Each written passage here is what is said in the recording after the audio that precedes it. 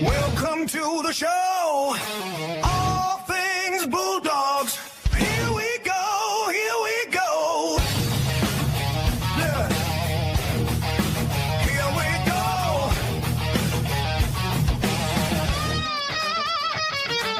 Blue and white pride. Bulldogs for life. Dogfather here.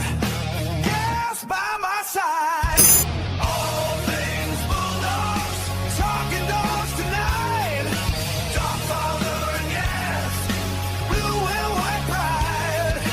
All things Bulldogs. Footy talking ball. Dogfather and Gas. Bulldogs to the core. Bulldog spirit. Strong and true. Blue and white. Through and through.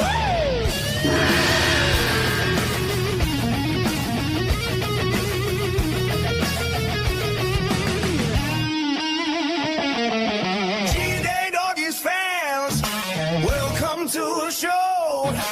All things Bulldogs. Here we go, here we go. Hey, here we go. Hey,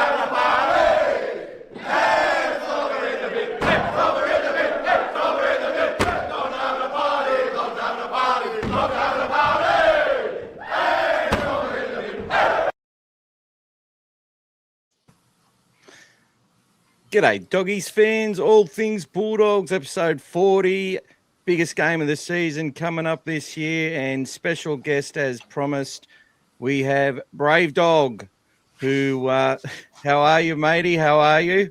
I'm good, fired up as always. Good. We'll introduce you. You're here in the Raw. Not many people have seen you without the war paint on, so you're all naked in a good way. Luckily that myself and Gas aren't naked, I can tell you that much. But I'll speak for myself. Sorry, Gas, your star. But look, we're very excited to have you here today, mate. Obviously, Tuesday nights we get through a lot. We try to go through all the chats, but we are going to dedicate the first real chunk of this podcast to yourself and your story. We want to get to know who you are and behind the sort of face, the war paint and all that sort of thing, why you love the Dogs. Obviously, we're going to talk about the Roosters and the upcoming game. We'll get your thoughts on that. And as usual, we do have our spin the wheel. And more money's already come in, so thank you so much to Shawnee. Can tell with that beautiful car up there, he's contributed $15, and we had another $50 come in from Dave Miller. Brian's put his usual 10 in as well, and a bunch from others the other night. So once we get to 200, somebody will win their choice of merch. And I'll also open it up that you can customize. So you tell me what idea you want on a shirt or a jumper or something, and I'll make it happen. And I'll work with you to make it the best we can. But let's get into it. How you going, Gas? Yeah, all going good, mate. Excited for this week. Looking forward to Allianz on Friday night. It's a special game for the Bulldogs because it could have two meanings for us. This game could be a pay it forward game for the Bulldogs. And what I mean by that is if we win this game, we potentially allow ourselves to have a game against Penrith later in the year where they may rest players because we've taken care of the minor premiership for them. That's how special this game is. We can be creating something for an avenue that makes it easier for us in the last few games. So that's how it's a big game. But at least for us, we get to see exactly where we're at. You know, every time we've had these questions, we've been answering them. So let's see how we go this week. But right now, I'm really excited to hear from Brave Dog. He's a great guy. He comes and stands next to us at the game, guys, in the kennel. Always does his boxing and everything. It's just exciting to have him around. He's full of life. I'm sure anyone who's been in the kennel, anywhere around where Brave Dog is, it's always a hoot. It's unbelievable. He's always the guy that gets the big cheer going and the bulldog cry. So, yeah, really excited to hear his story, guys. And if you've got any questions as well while we're talking to him, by all means, guys, you can throw them our way and we'll get to them when we can. Beautiful. Well, I think let's get straight to it, guys. We'll get through a lot of stuff. We'll just say a quick hello to everyone and then we'll introduce you to our wonderful guest. So, g'day, Mura Zenjin. He's been waiting for Sitili to come back finally. G'day to you, Tony. Tony smells an ambush and he can't believe the odds. He does worry about the wingers of the Roosters, though, and all their whingers as well. Timmy has come on. Good evening, champion Dogfather Mick, legendary Don't Break Defence Gas, and to the bravest leader of men, good evening to Brave Dog, and a wonderful evening to my all things positive Bulldogs something family. Podcast crew. Podcast family. There you go. Mike Quill, g'day Doggies fans. Welcome to the show, All Things Bulldogs. Here we go. Here we go. I do singing lessons as well for those that are interested, $174 per hour. Mike's just getting all the lyrics out there for us. He'll have some stats for us later on. Dee's already got some good stats for us as well, which I think they're actually scrolling across the bottom of the screen there. So we've also got Mr. Incredible. Roosters pack looks weak compared to ours. Yep, I said it.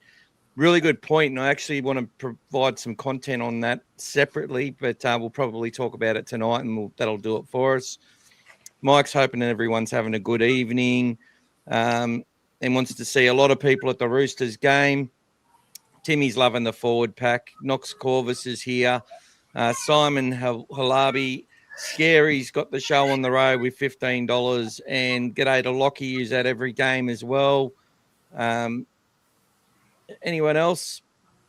Old fella Dave, Sayed. We'll get through all those comments later. G'day to everybody who's already said hello on the show.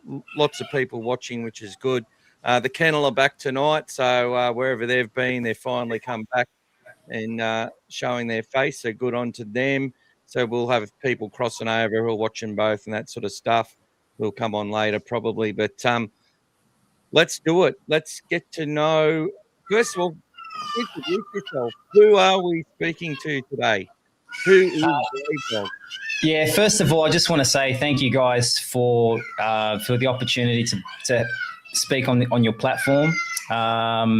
You know, what I do, there's a lot of layers to it, and it needed a podcast, a genuine podcast, I will add, which is yours, to share that backstory so people understand. So I really appreciate, the opportunity, and just wanted to thank you for that first. So, oh, no problem at all. It's been a pleasure. I've sent you a few messages up probably over the last 12 months. You have. You have. I have. So, yeah, definitely. And I'm sorry I've taken so long, but we're here now. So, look, I'm Alfio, and I'm the creator of Brave Dog. Brave Dog's a character with many layers. So, I guess, where did it all start? I think the best thing to kind of say first is that I was actually born in Canterbury. My brothers and my family were living in the area for pretty much at least 10 years for what I can remember. My parents came from Italy, and that was pretty much the area that they started a family. And then they moved. My mum moved to. My parents moved to the North Shore. So as a kid, when I was like, in my primary school days, I was living in the North Shore. And I'm giving you a bit of a backstory so then you kind of understand the context to where Brave Dog came about. So bear with me. So in the early 90s, my parents went through a pretty catastrophic event where they essentially lost all their assets. They went bankrupt. They went through some pretty severe hardships, and they decided to move back to where it all began. They moved back to the Canterbury area, and at the time I was about to start high school, so I was about 12 years old. And as a young fella, it was really traumatic. Like essentially, we lost a house, lost a business. If you're old enough, you know that during the early 1990s, interest rates went to like nearly 20%. It was known as the recession that that Australia had to have, as Paul Keating said, if you do remember back then. And my parents were the victim of that. Unfortunately, just luck didn't go their way. They lost business, house, and they decided to go back to Canterbury, I guess back to the roots, back to where it all began. And it was the Bulldogs community, the Belmore community specifically, including Campsie, because we moved to Campsie, you see. That was, I guess, like a saving grace for me, because the community helped me have like a sense of belonging. I felt lost, like we had this big house, we had, everything was in the right direction, and then we were hit by this event. And it was a time where I felt the community and what the Bulldogs is all about. People from all walks of life, coming together. That's what it's all about. That's what makes our club so special. That we've got people of all walks of life. Right, all religions, so many cultures, so many backgrounds, young, old, and I just was hooked. Like my brothers had already gone for the Bulldogs growing up when I was a kid, but it was only until we moved back to Canterbury that I could understand and appreciate the Bulldogs community. And in fact, my brother took me to my first Bulldogs game. It was 1994. It was the first final against Canberra, where we won by 1 point, if you remember. Yeah, massive game. Massive game at the old Sydney Football Stadium, which is now the Allianz Stadium. And from that moment, I was just hooked. I learned more about Terry Lamb, and then back then there was McCracken and Jason Hetherington. Like, they were the epitome of the Bulldogs. You think of the Bulldogs, you think of Terry Lamb and the people around him. Yeah. And I was hooked. I was hooked by the culture, the family club, resilience. And resilience for us as a family was so important back then. Like we needed to have that resilience to move forward after what had happened. Yeah. So that was, I guess that's the first part of, I guess, that my love for the club and the community. Beautiful, mate. So Brave Dog himself, like, how did he come to be? Yeah. So about 2011, I went through another difficult time, just had some personal challenges. And as a result, also a lot of my friends, they were getting married, they were starting families, and then essentially I was left going to the game by myself. You know what I mean? Because people get busy, people have kids, And as a creative, right? I'm a creative. I'm in the film. I'm in film industry. Like I do video and things like that. I always look at using my creativity to, I guess, overcome challenges in my life. That's just how I roll. Yeah. So I turned a negative into a positive, and Brave Dog essentially just came about by just bringing joy to other people, bringing joy to other fans. That was essentially the initial motivation. I put some face paint on. We're heading to Brookie. I think it was 2013. Yep. And I looked at my face and I just instantly thought, being brave. I've got to be brave. That was like my mantra: be brave, be brave, be brave. And then it was only like recently during that time I went through that personal challenge that I went through, and then it kind of evolved, and I went out there and I just was, I was just motivated and driven by the reaction of everyone else, just getting on board, and like the reciprocation of other people, getting revved up. It was infectious. I loved it so much. So I kept turning up and, doing the Brave Dog thing, going out there and cheering. I guess it's me, but amplified. There's no, I've been approached and said, oh, it's just a gimmick, isn't it? No, it's not a gimmick. It's Alfio, but amplified. Yeah. It's the history and everything that the community means to me, but on another level, right? And over time, I'm going to be transparent. I copped a lot of flack on the forums. Like it was around 2014, because in 2014, I'm not sure if you remember, but I won this competition with the Bulldogs where they wanted the craziest, fan to, present themselves and showcase their photos. And I did that as Brave Dog. And I had the pleasure and the honor of running the boys out in one of the games in 2014. That was the prize. And then from there, I got a lot of attention, but I also got a lot of negative comments about, who's this lunatic, who's this crazy person. And I remember having a chat with my brother, and I was starting to get like very, fearful and just down about it. I took it personally, you know what I mean? Like I'm out there trying to rev people up, but then, I believe when people don't understand something, they tend to not be nice about it, And I always try and have that level of empathy because people just don't understand. And over time, people realize that, man, I'm just one of you.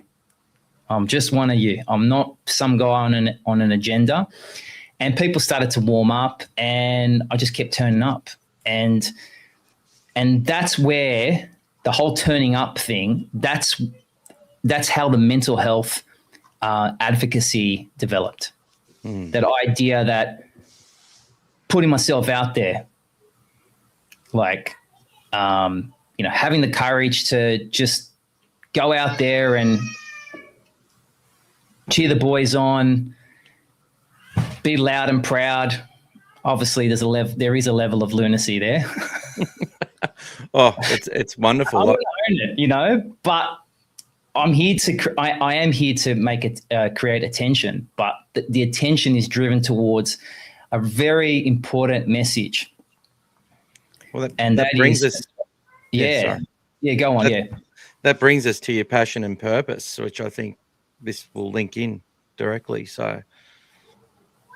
Yeah, so my passion and purpose is to promote positive mindsets. We're living, especially now, we're living in an age where there's a lot of uncertainty. People are doing it tough, but it's been the case for forever. I mean, people go through shit all the time. Yep.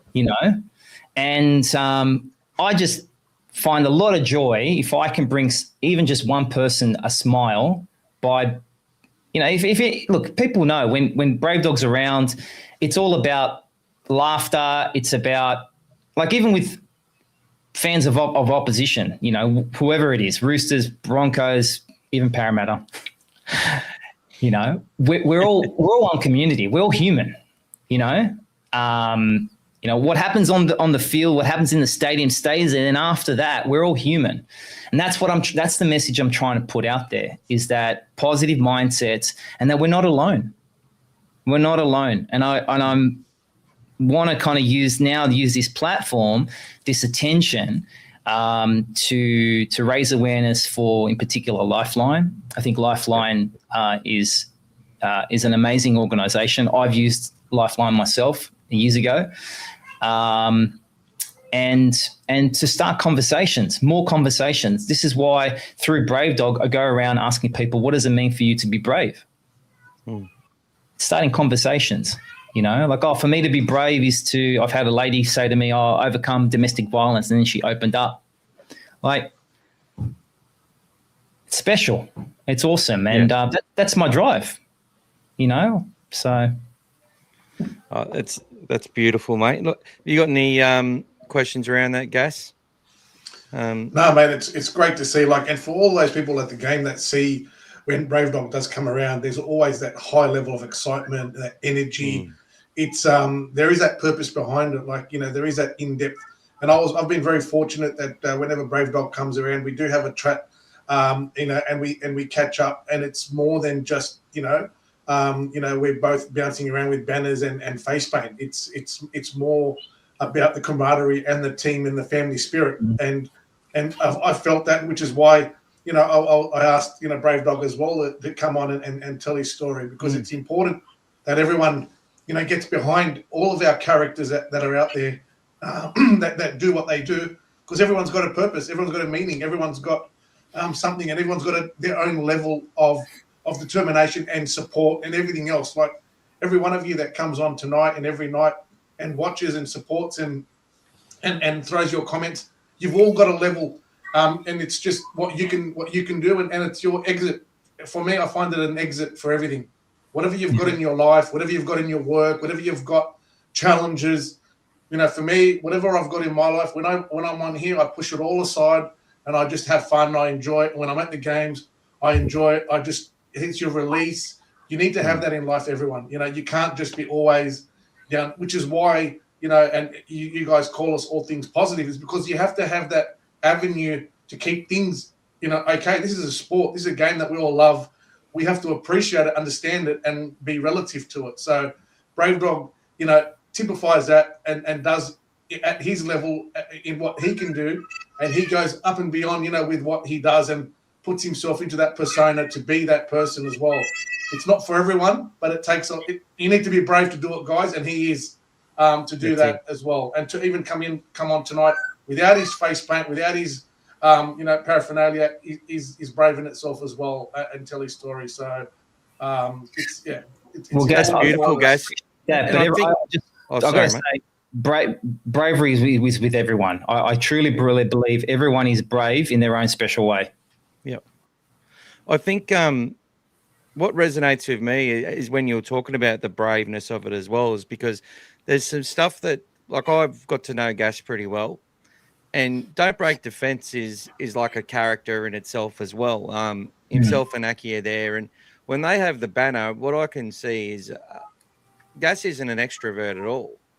But when he's got the banner there and the Serraldo banner, and he knows there's a story behind that banner and the Bulldogs itself. It's about resilience, about toughness. It's about standing up. It's about holding the line. It's not letting people through the brick wall.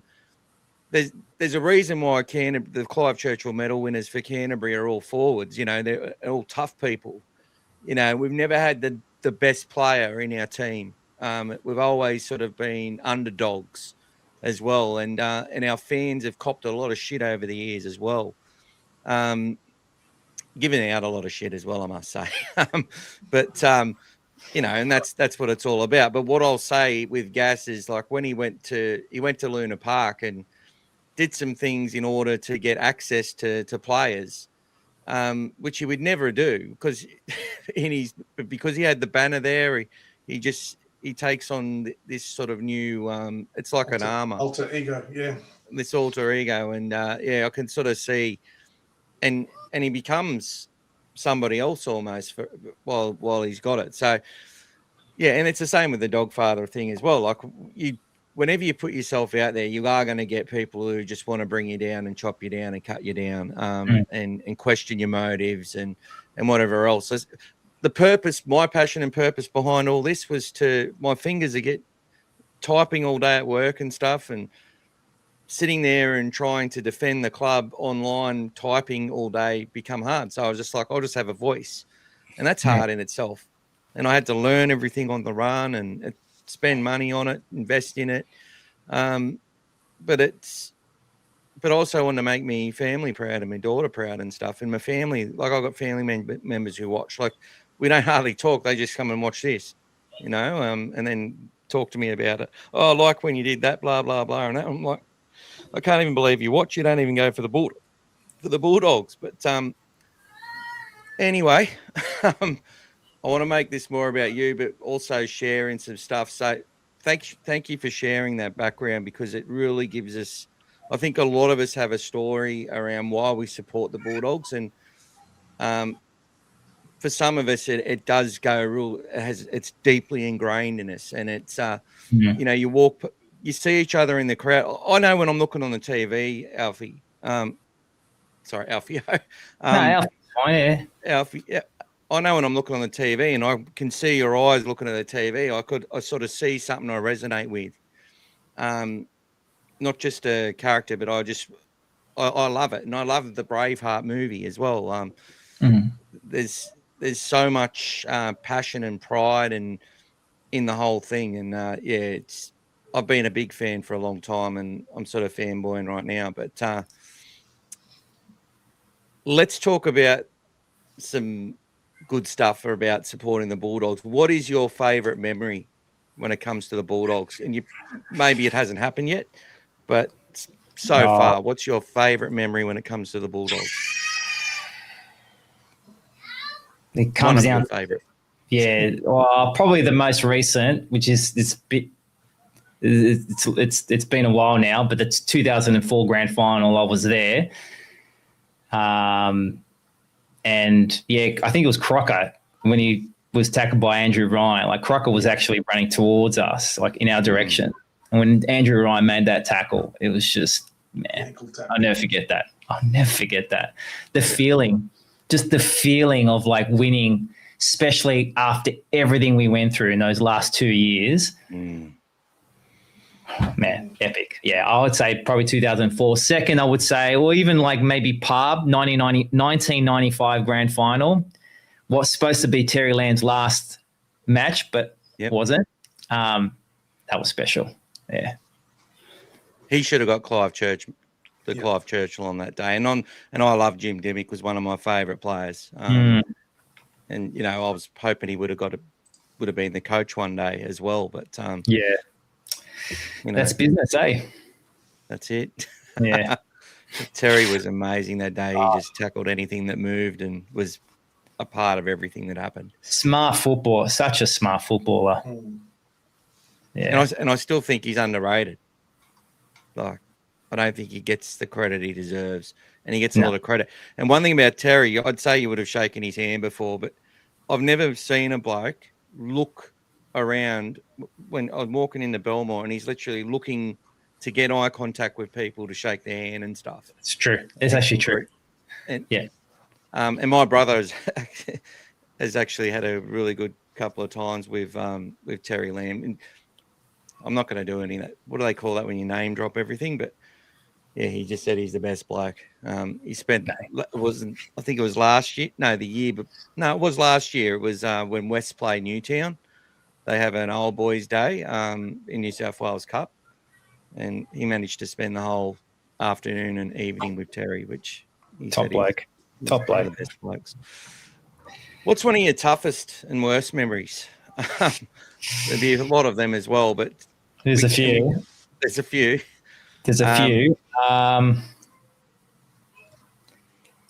would say that post-Desi period was just, I'm sure you can share my thoughts on that as well, but that was tough.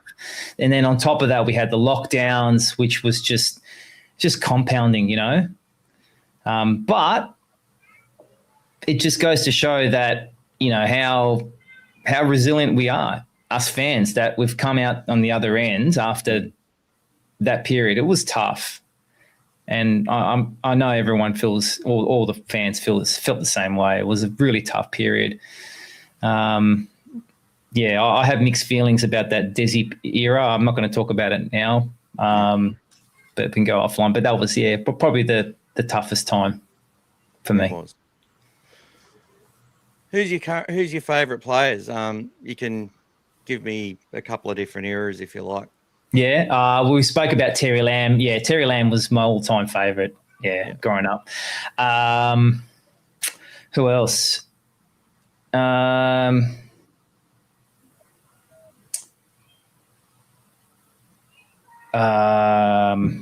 many to choose, eh?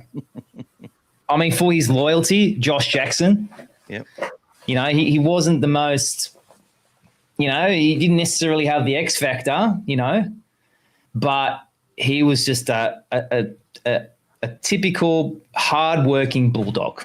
And he was loyal, He just doing great things as a coach. Yeah, exactly. That's right. I used to love Darryl Halligan as well, by the way. He's just the freak. He's the freak. And, of course, I almost forgot, my God, El Masri. El Masri. Champion. El Magic. Yeah. Beautiful El Magic. Current rebuild. And I'm still calling it a rebuild because I understand the mentality behind everything. I'm invested in it. I've been from day one. And I know about having to build new foundations in order to make something again. Not just knock the roof off and expect it to hold together when it's broken. What are your feelings on how it's been progressing? Look, firstly, I'm far from diving as deep as you guys, especially, I've heard a lot of your commentary, Gas, and it's quite impressive. I will say, just preface that, especially the last 5 years, I've just been so consumed and I haven't really dived into things in detail. But from face value, I know a lot of management and people saying the same thing. I do believe we are heading in the right direction.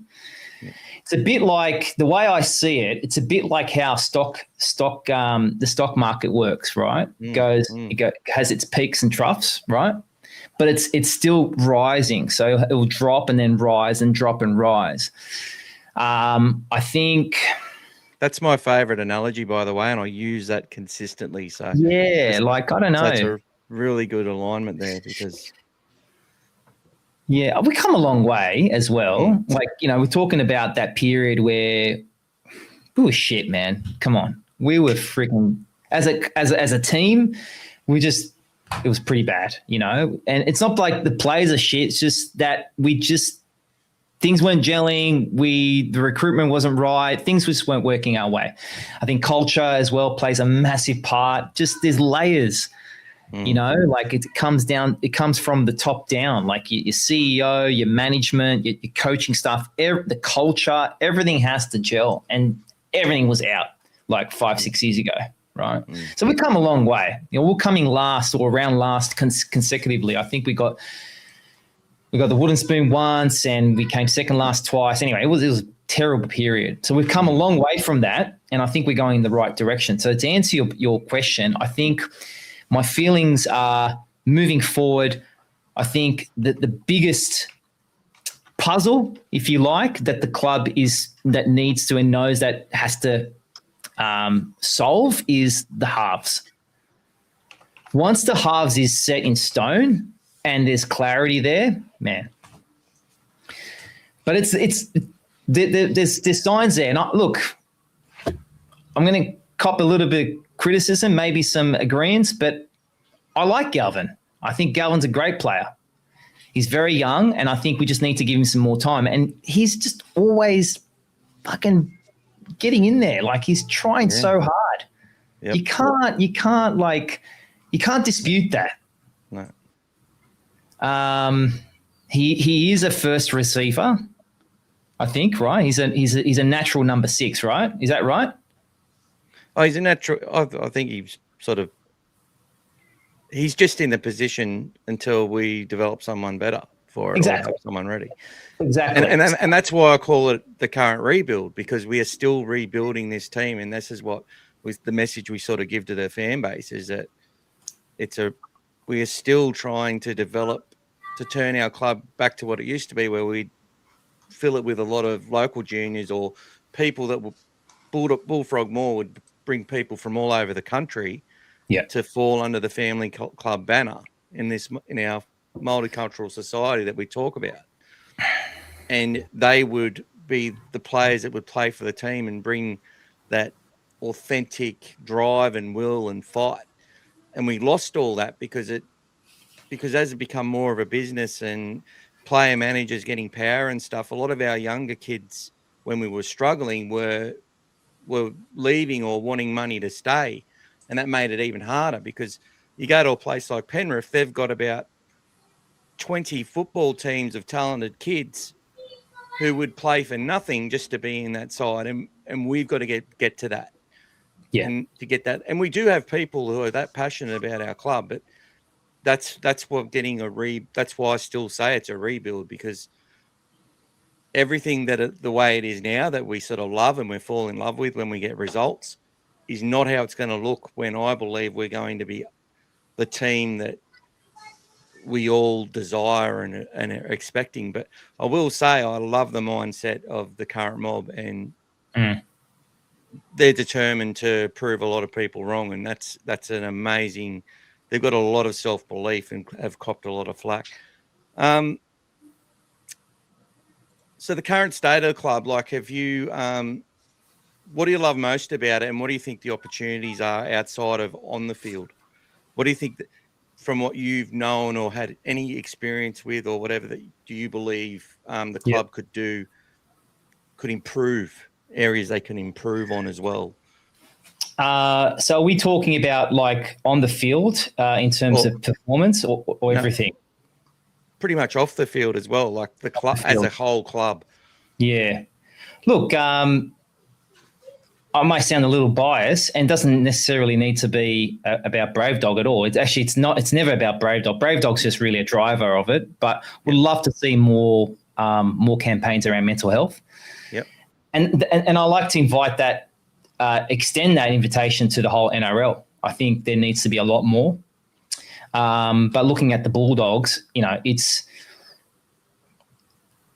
think there's a massive opportunity there, because again, you've got a beautiful community of people of all walks of life.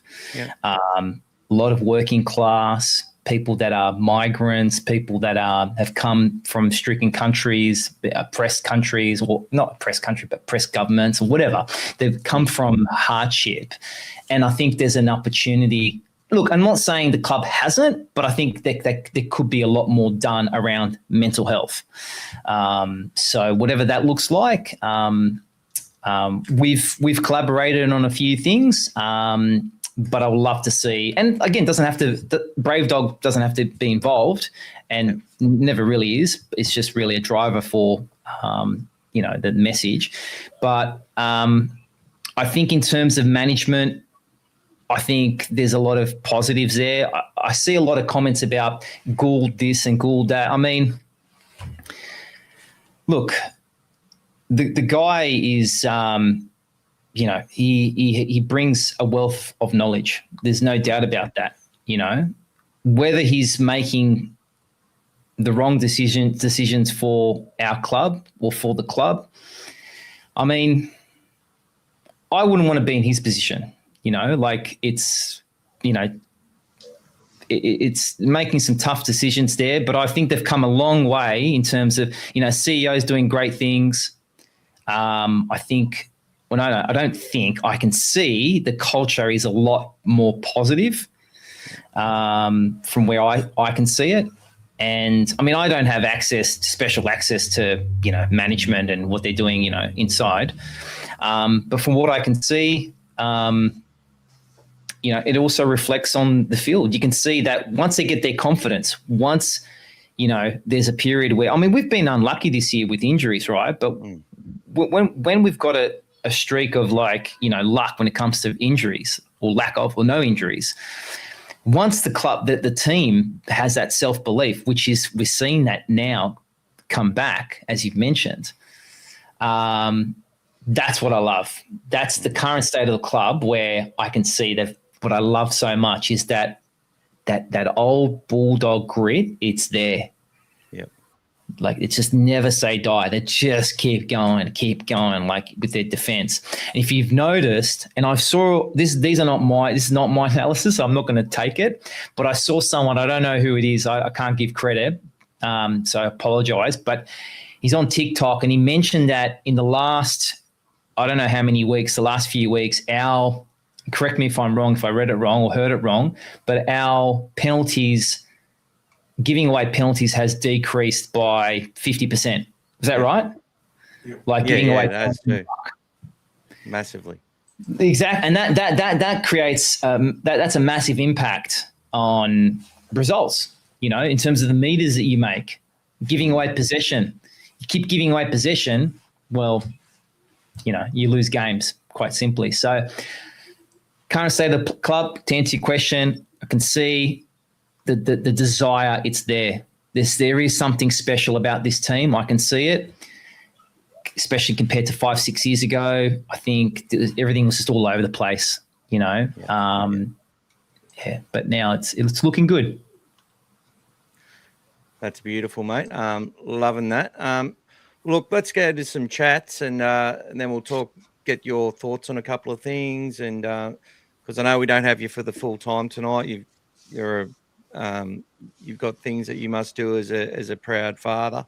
I'm a proud father as well. Not talking. How old are your kids, mate? I've got a 14-year-old daughter, a 19-year-old son, a 22-year-old son, and a 24-year-old son.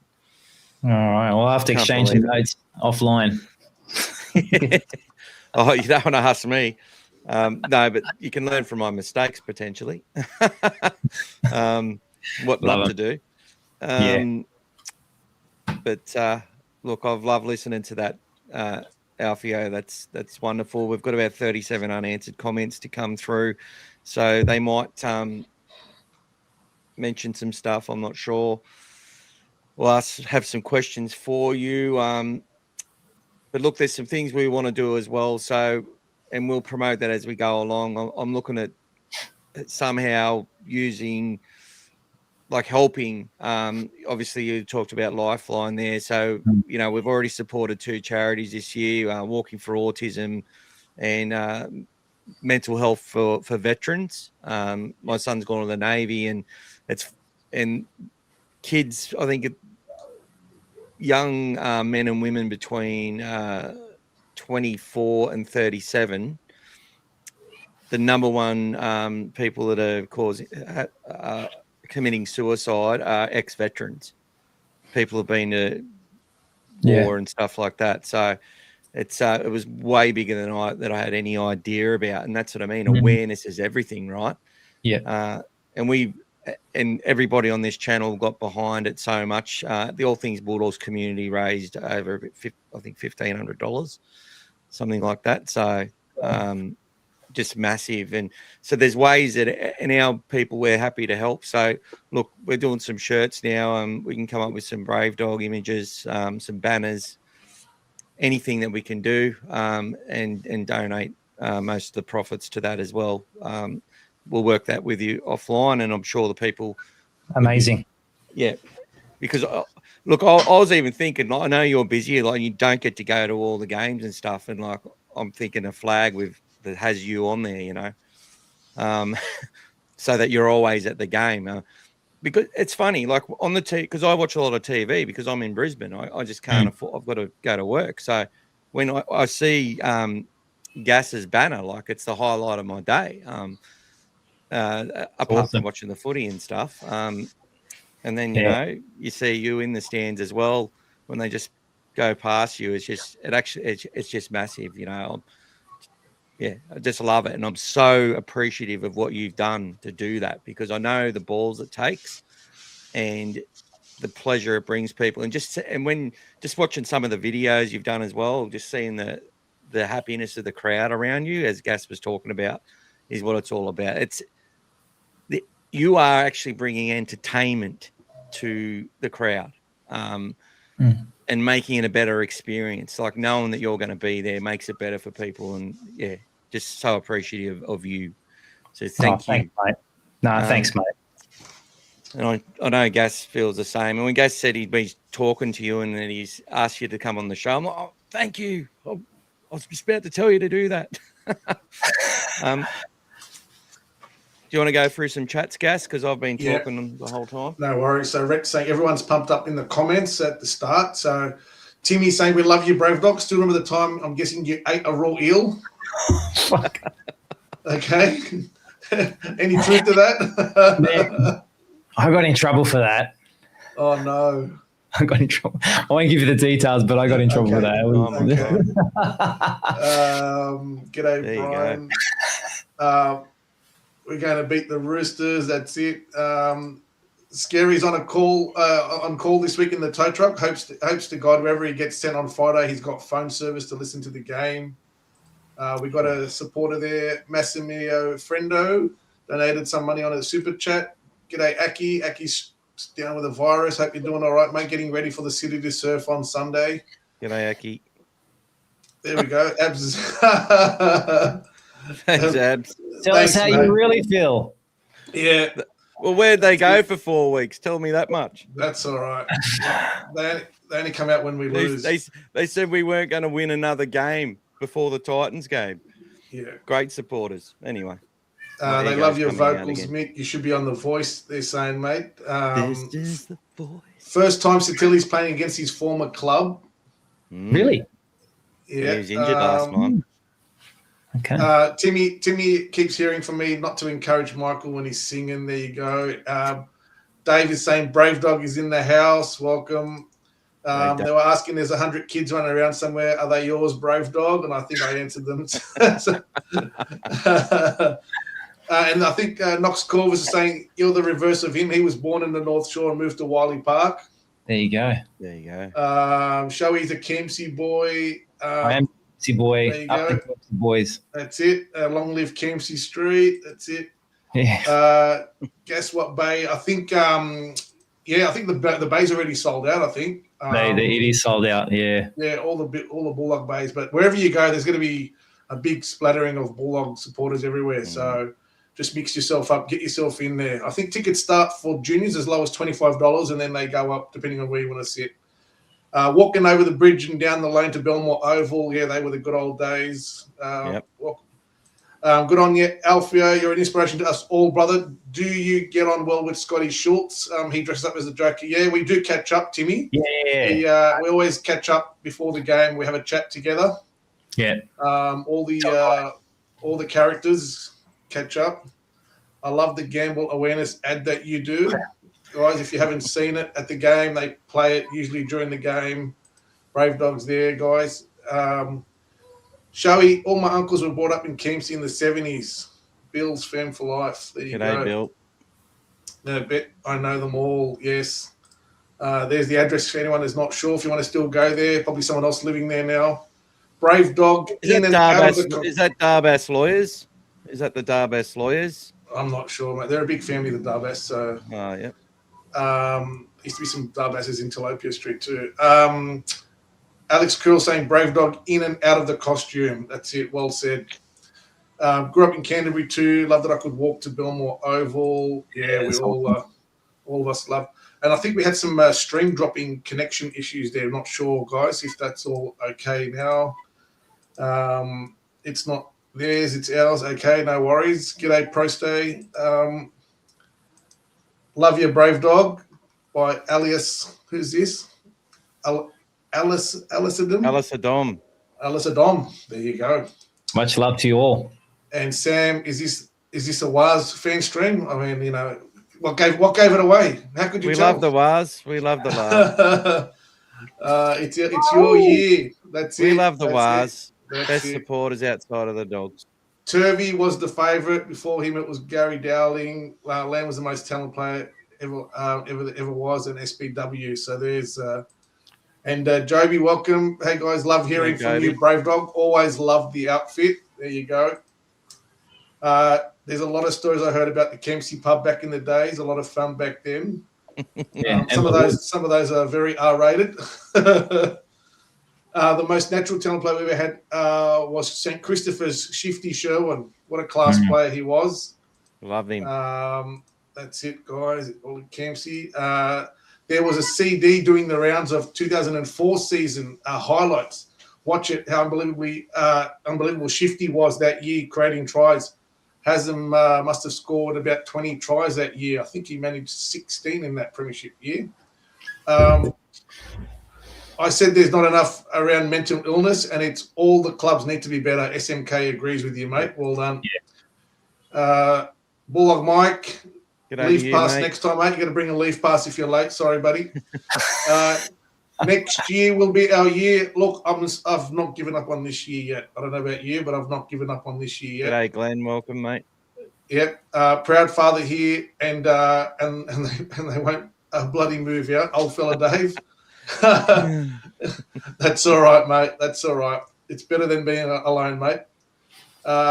Timmy, I'll hold a flag with Brave Dog on it to support the mental health awareness you do. There you go, mate. There's a person ready to support. Beautiful tip. Well, we're going to get one done up for Gas to take to the games, mate. So, but Alfio is going to approve it before we do it. I've got a big empty spot on the back of my banner. I'm looking to have it alternating as well. So, oh wow, two different things. So yeah, so good idea. Yeah, I've been thinking about that for a while. There's some free space there, ready to go. Great show, boys. Would it be fair to say that the 17 named for the Roosters game are the best the Bulldogs have named in a decade? Ooh. Yeah, let's say that. Let's say it. Yeah. Put the I'm not fear going up to the debate Roosters. that. Put Bloody the fear up the Roosters. Thank you, Michael. All the Michaels on this who come on here, like we've got so many of them. They're all great blokes. All better than me. Michael, old Bulldog Mike, champion Mike. There you go. I've got Mike, poor Aki, hope you get better. Also woke up with a fever this morning. I'm trying to get better by the time Friday rolls around. Yes, that's it, guys. Hopefully just rest up, get plenty of sleep. G'day, Peter. G'day, Pete. Up the doggies. That's it, mate. Bronson Xerri he's back. He's named in the 19, mate. That's you might right. get to see the goat again. We'll see. There's a question for you from Brian, one of our loyal supporters, mate. Who is your favourite in our girls' side?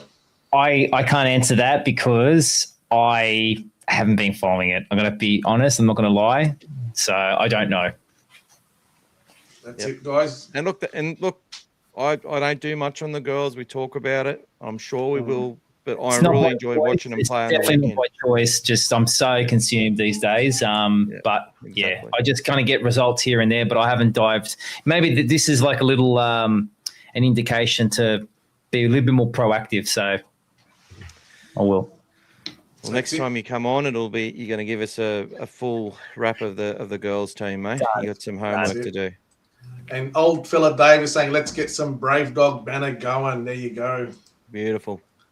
Boys, are you hearing anything about Teddy? I think they might rest him for Penrith the following week. Well, he's been named as captain in the starting team, but I wouldn't be surprised.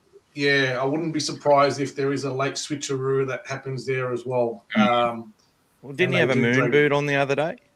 Yeah. There was he has been carrying it for a while. He's been trying to rest it, so it's going to be interesting to see whether they take the chance against the Dogs or whether they feel like they want to get it ready for the following game against Penrith. And it is going to be important for them to play the Panthers because the record against them in the last how many years has been horrendous. So that's been their downfall. All those big games against Penrith and the Storm, their record has been horrible. So they would want to get some confidence there leading into the finals. So it'd be interesting to see what they do. Look, how far can you go after scoring 82 points against the team? It's mentally to lift. It's going to be so hard. And, we've got Atkins for this week, guys. So, it's going to be a challenge for us. He's not exactly, G, but he's not sudden. So, we're going to have to lift our level as well. from what we've been doing, and then keep. What we did well the other day was we kept our patience, guys, even against all the adversity that we had in the game. Yeah. What they did, what the ref did, we were ready and didn't drop our heads, and that was very, very important. And that got us through the game and kept us coming out, scoring the last 4 tries. It shows you how we finished. So, been struggling with a sore throat myself. Yep. Good day, Timmy. Rest up, buddy. Guys, did you see that tackle by the Broncos on a she's gone referred straight to the judiciary. So that's tonight, isn't it? That's tonight, yeah. So not sure, but I still, looking at it, do not understand why that wasn't a send-off. That's got to be a send-off. You've seen it on the replay. If you're good enough to put them in the bin, that's a send-off every day of the week, and the judiciary will probably show that. Thank you, Timmy. We haven't heard yet, mate. If something comes up, we'll let you know. And there you go. Everyone's got the virus, but no worries. What else have you got there for Brave Dog Mick?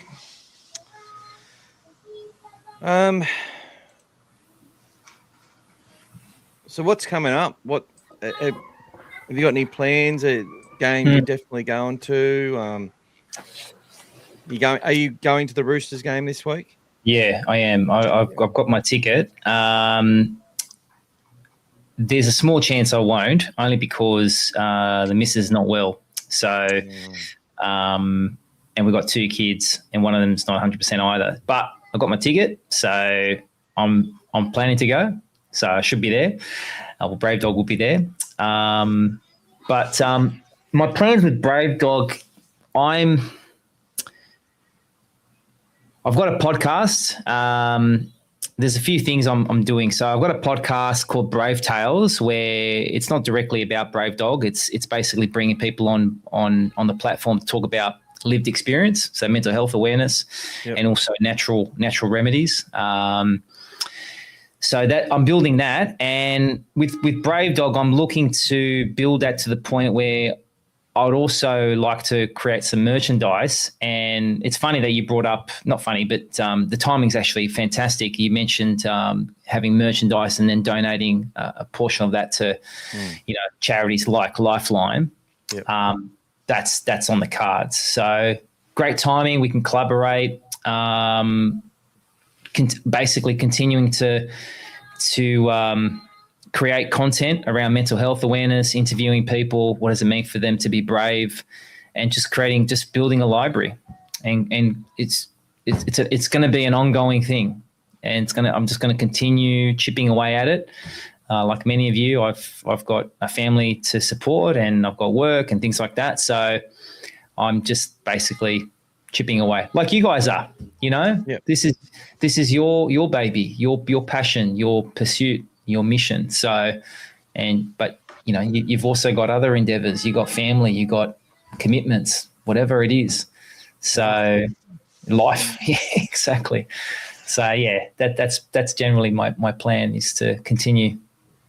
Well, look, we've got we'd be very happy to share on our pages links to your podcasts.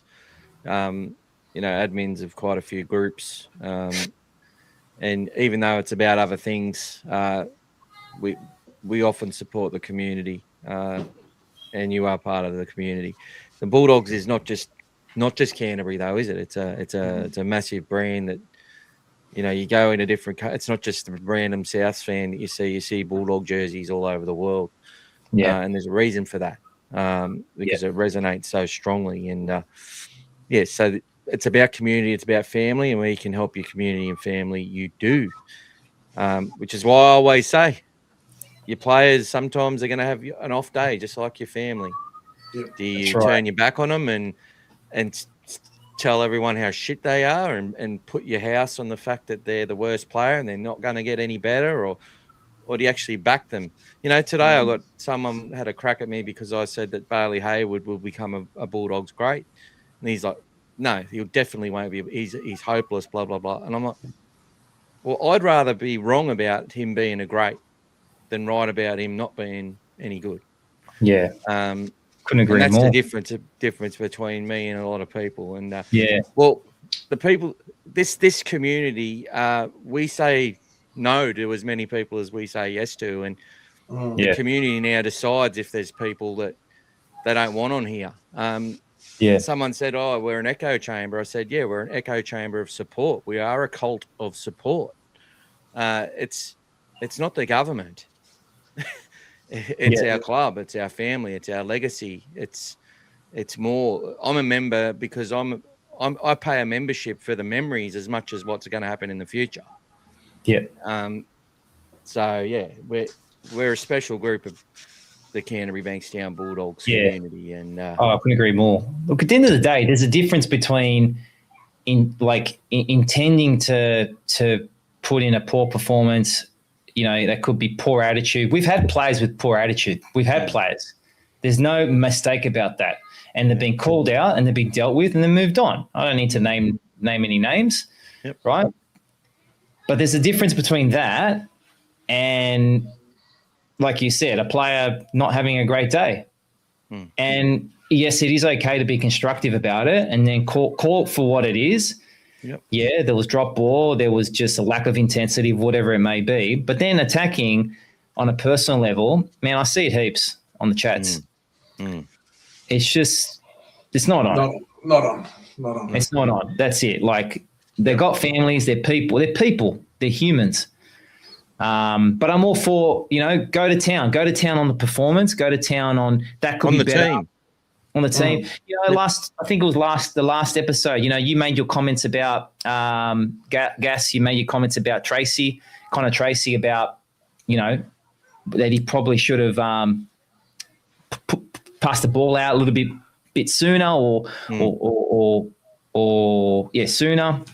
And then you disagreed and you had a very kind of healthy mini debate there. You had your thoughts, you were criticizing what he was doing, but not him as a person. So, I mean, look, it goes without say. I'm sure people listening this podcast, they're all reasonable people, fans.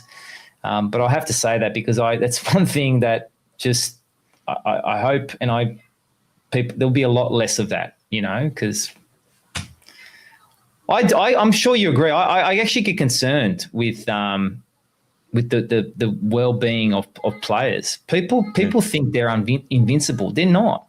No. They think they're on a pedestal. They're like this figure. They're like, they're tough. They are tough players, but you know what? They're human. They've got emotional struggles, just like everyone else. They're just like you and me. Yep. So don't think for a second that certain players, like it affects it. I can pretty much guarantee that these comments, if they do reach players, it can affect them. But obviously it's their responsibility as professionals to be resilient about it and just dust it off. Well, Adam Druissi's they said in the last 12 months, they've gone from having one sort of full-time equivalent to handle mental health to having six full-time staff to help players and coaches and staff with mental health. So they are definitely finding that it is a need, and investing in that is actually rewarding for the club. Like, it's an investment in people sort of managing mental health as if someone's got a broken arm. Like, if you got a broken arm, people look at you and go, "Oh, poor thing, you got a broken arm." But if you say, "Oh, I'm really, really depressed," people sort of say, "Oh, harden up." They don't tell you to harden up when you got a broken arm, but you're broken there's a fracture there that needs some help, and it's not being. It doesn't mean you're not resilient or you're not tough or you're not strong, and it's individual to the person. So, yeah, the fact that there's recognition of it is a really good start. I know the Pack Mentality podcast with Matt Addard is doing a lot in that space as well. So you might be able to collaborate with him as well, because he's definitely doing some stuff on mental health. Like, that's one of the sort of frameworks of what they do as well, but all from a football point of view. You're actually going to go further into strategies and tools and resources on how to help people, which is, I think, the next step and what we need to see more of as well out there. So we're happy to support that as best that we can. Oh, that's amazing. No, thank you. Thank you, guys. No worries. And just confirming, she did get 3 weeks suspension. They had to delay the process because one of the judiciary members was a commentator during the game, so they had to roll in Henry Perenara through a video link. That's why there was a delay there, but they've got the result, 3 weeks suspension. There you go. Seems a bit light from what I haven't seen it, but seems a bit light from what you described. I've got to make some time, have a look at that. Yeah. Yeah, just look, I don't think it was deliberate, but it went wrong and it's careless. And she's kind of like hoisted someone onto their head. Yeah. Our halfback. No. Use that as an opportunity to fix up the technique, you know what I mean? Or lack of. That's it. Well, before I let you guys go, was there any other questions? Peter Bulldogs is saying hello to you. Peter Bulldog. He's always got a bright smile on his face in the kennel. He's just a vibrant kid. Awesome. Love your passion, mate. Awesome. Yeah, we all love Pete. I follow Pete on Instagram and watch all his videos and his dances and he's meeting a lot of the players too. So he's got some great content on there. Always says hello. Always says hello. Yep, up and down that walk. Yeah. Any tips this weekend? Alfio, who's going to win and why and by how much? Dogs by 50. That's it. No, I think, serious note, I'm not just saying this. I really believe the Dogs can do it. I think the boys can do it. I really think. It'll be tight, probably like 2 points, something like that. If their discipline is great, okay, so if they get that right, the discipline, don't give away penalties and continue with that hunger and do the simple things right. Man, they've got the artillery. Look at their squad. Pretty good, man. It is. Is it the best squad in the last 10 years? I think potentially. 100%. Yeah. Initially, I thought, I was like, I don't know about that. But then when you think about it, yeah. Well, times were lean in the last 10 years. So, collectively, this is the most connected team that we've got and in form as well, all in one. So everyone's doing their job. And really, if you had to say, okay, who would you drop from the team? I think we'd all struggle. Take someone out of the back line for me if you had to. You couldn't do it. Yeah. The forwards as well, they're all firing. The second rowers, no matter which way you look at it, everyone's, and even now that you've got Sitili back, you've got 6 players to choose from on the bench and you're sitting there scratching your head and you go, what do I do? That's it. It is a great place to be in. Lads, if you're watching, get in there. You can beat them. All right? Freaking believe. Back each other up. Get the job done. Let's go, Dogs. Let's go, Dogs. There's a message there from Mr. CBB. He said, as a kid, you let him hold one of your props. You think it was a sword maybe at Brookvale. An all-time memory. Sword stays on. I actually got a real sword. I shouldn't say that. Anyway. And there's a message here as well, just for you before you go. In 2000, Xerri lost his first long-term girlfriend of 7 years from his class, from his and through a car accident. And I've had my fair share of dark days, and will always support anything to do with mental health. And a few of the others always support mental health. I've personally gone through it, and my loved ones. There's a lot of people that support your cause, mate, and have had all their own experiences as well. Yeah. Awesome. So good job. Mate. Good job. Keep it going, everyone. Thank you, guys. I'll let you go. Thank you again for the opportunity. Love what you're doing. Keep it up. And, catch you next time. Can't wait to see you at the game, and we'll definitely keep in contact, and I'll speak to you shortly. Thank you so much for coming on. Been an absolute Friday, mate. See you Friday. And we will see you Friday on the TV. All right. Thanks, guys. Come on. See you guys. That's it. Let's go. See you, mate. Well, there you go, guys. Thank you to everyone who's been watching and been very patient. We got through a lot. and it was great to hear the story of Brave Dog and where he came from. And hope everyone thoroughly enjoyed that. We've got a lot to talk about still tonight, guys. We're going to talk about how this Bulldogs team are going to win, and I'm going to make some pretty big statements. D has been providing a lot of we've been having some really good constructive chats and provided me a lot of information as well that I'm going to share as to why we are one of the best teams in the comp right now, and we're about to go and prove that on Friday night. And look, that's not us getting ahead of myself and gloating, and we should win by this. You know, I'm sure I'm going to be proud of our team, win, lose, or draw on Friday. That's what I'm hoping. And there's definitely lots of statistics to back up what we've got to say at the moment. And I think one of the things that Brave Dog just said around we've got that grit back, that toughness back, it's definitely there. It was always coming.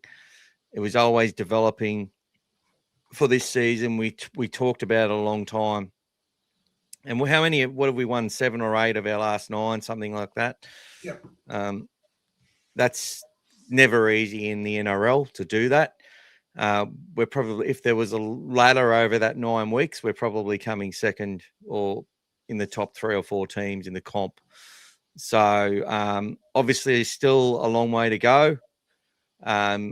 It can all go pear-shaped as quick as it's, just like that. The Cowboys 1 minute a plus minus 28, and now they're minus 95 in one game or something.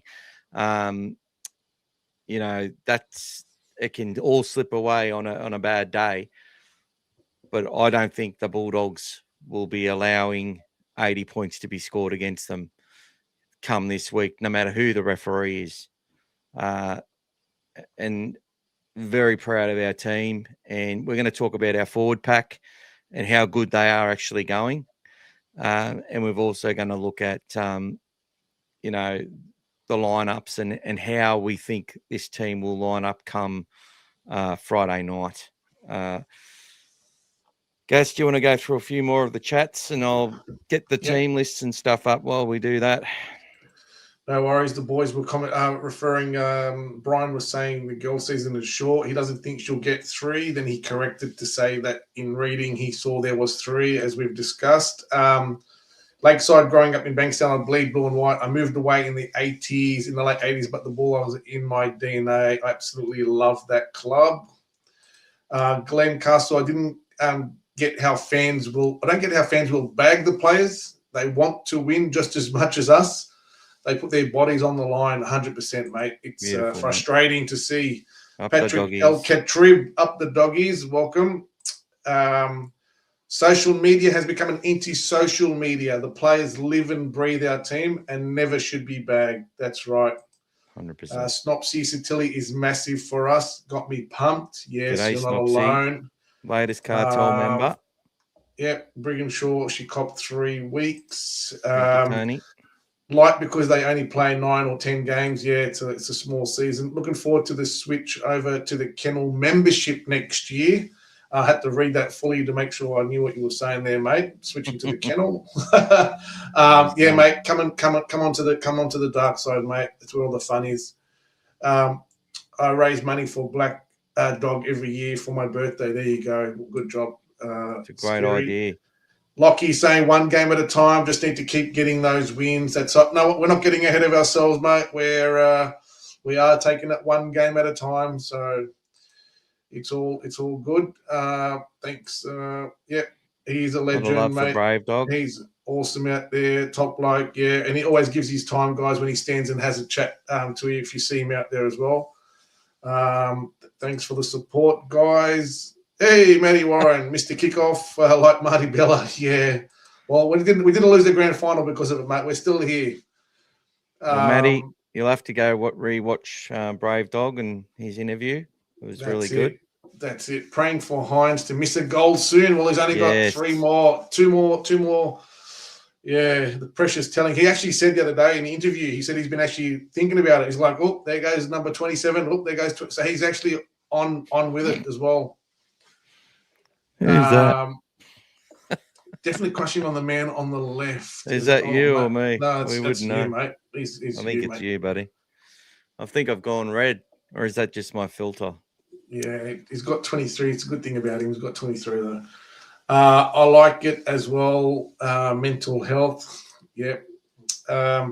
Feeling a big performance from the boys. Sarah will be hyping them up all week. Yeah, guys, they will be preparing well. They've got one less day to prepare against what the Roosters did, but they did also have to travel, from Melbourne, and the other one had to come from Townsville as well. So we had it all the same grit against the Raiders, but instead of being 12-0 up, we were 18-0 down. Sometimes you don't get the luck. That's right. It. And look, the match against Melbourne could have easily gone that way as well, especially with so they learned what was their the lesson. Common denominator? Who was the common denominator in that? Bloody Sutton. And we saw him get thrown in the bin, and then Buzz come and let him out of the bin, the prick, at the start of the show. Yeah, Willie Mason wasn't happy with Bailey Hayward getting spotted up by Stefano. There you go. Half the problem is the social media. The other half is people repeating the bullshit. Yeah. That's it as well. Yeah. And it's also with commentary. If they create their narrative on commentary, you've then got to deal with people just repeating it over and over and over again as if it's fact. And this is what I was going on about. We'll talk about NRL 360 yesterday as well, and the extra $300,000 they just whacked onto Mitchell Moses' salary. Apparently, he's the highest paid player in the game now, and $1.5 million. Like, when was there ever a report about that? But anyway, we'll keep going. Who else have we got there? Sitili is going to add the punch. We've been missing off the bench, so that'll be important. And that's a really good comment, Brian. We have actually, we've sort of, and it's no disrespect to the players coming on, because I felt that Curran and that have done a good job, but we just haven't had that intensity when the two guys have come on. And Serrato's actually been bringing on Max and Leo much earlier, I think, than probably he would have thought. And then they've sort of basically gone on and played the rest of the match. So they're both playing big minutes. But I'm sure they would prefer to be able to have someone come on and punch out a good 35, 40 minutes of full throttle intensity like Sitili. But let's give him a few. Like, I think in 2 or 3 weeks, Sitili's going to be even better. And I think Kurt Mann will be even better in about 2 or 3 weeks. When Harry's ear's better, he's going to provide a lot of impetus. And look, Murphy's law, life just says that someone else is going to get injured. So hopefully it's not a Max King. I think Max King's our most important player, and we cannot lose him. He's proven that when he's not there. But then you see how well we do when a player like Kikau comes back, and presto. So, well, Kikau was struggling through a little bit of a back soreness during the season as well. So this could have been a double hit for him, having the time off, because he seems to have fixed everything. He's come out rejuvenated. And it was a blessing.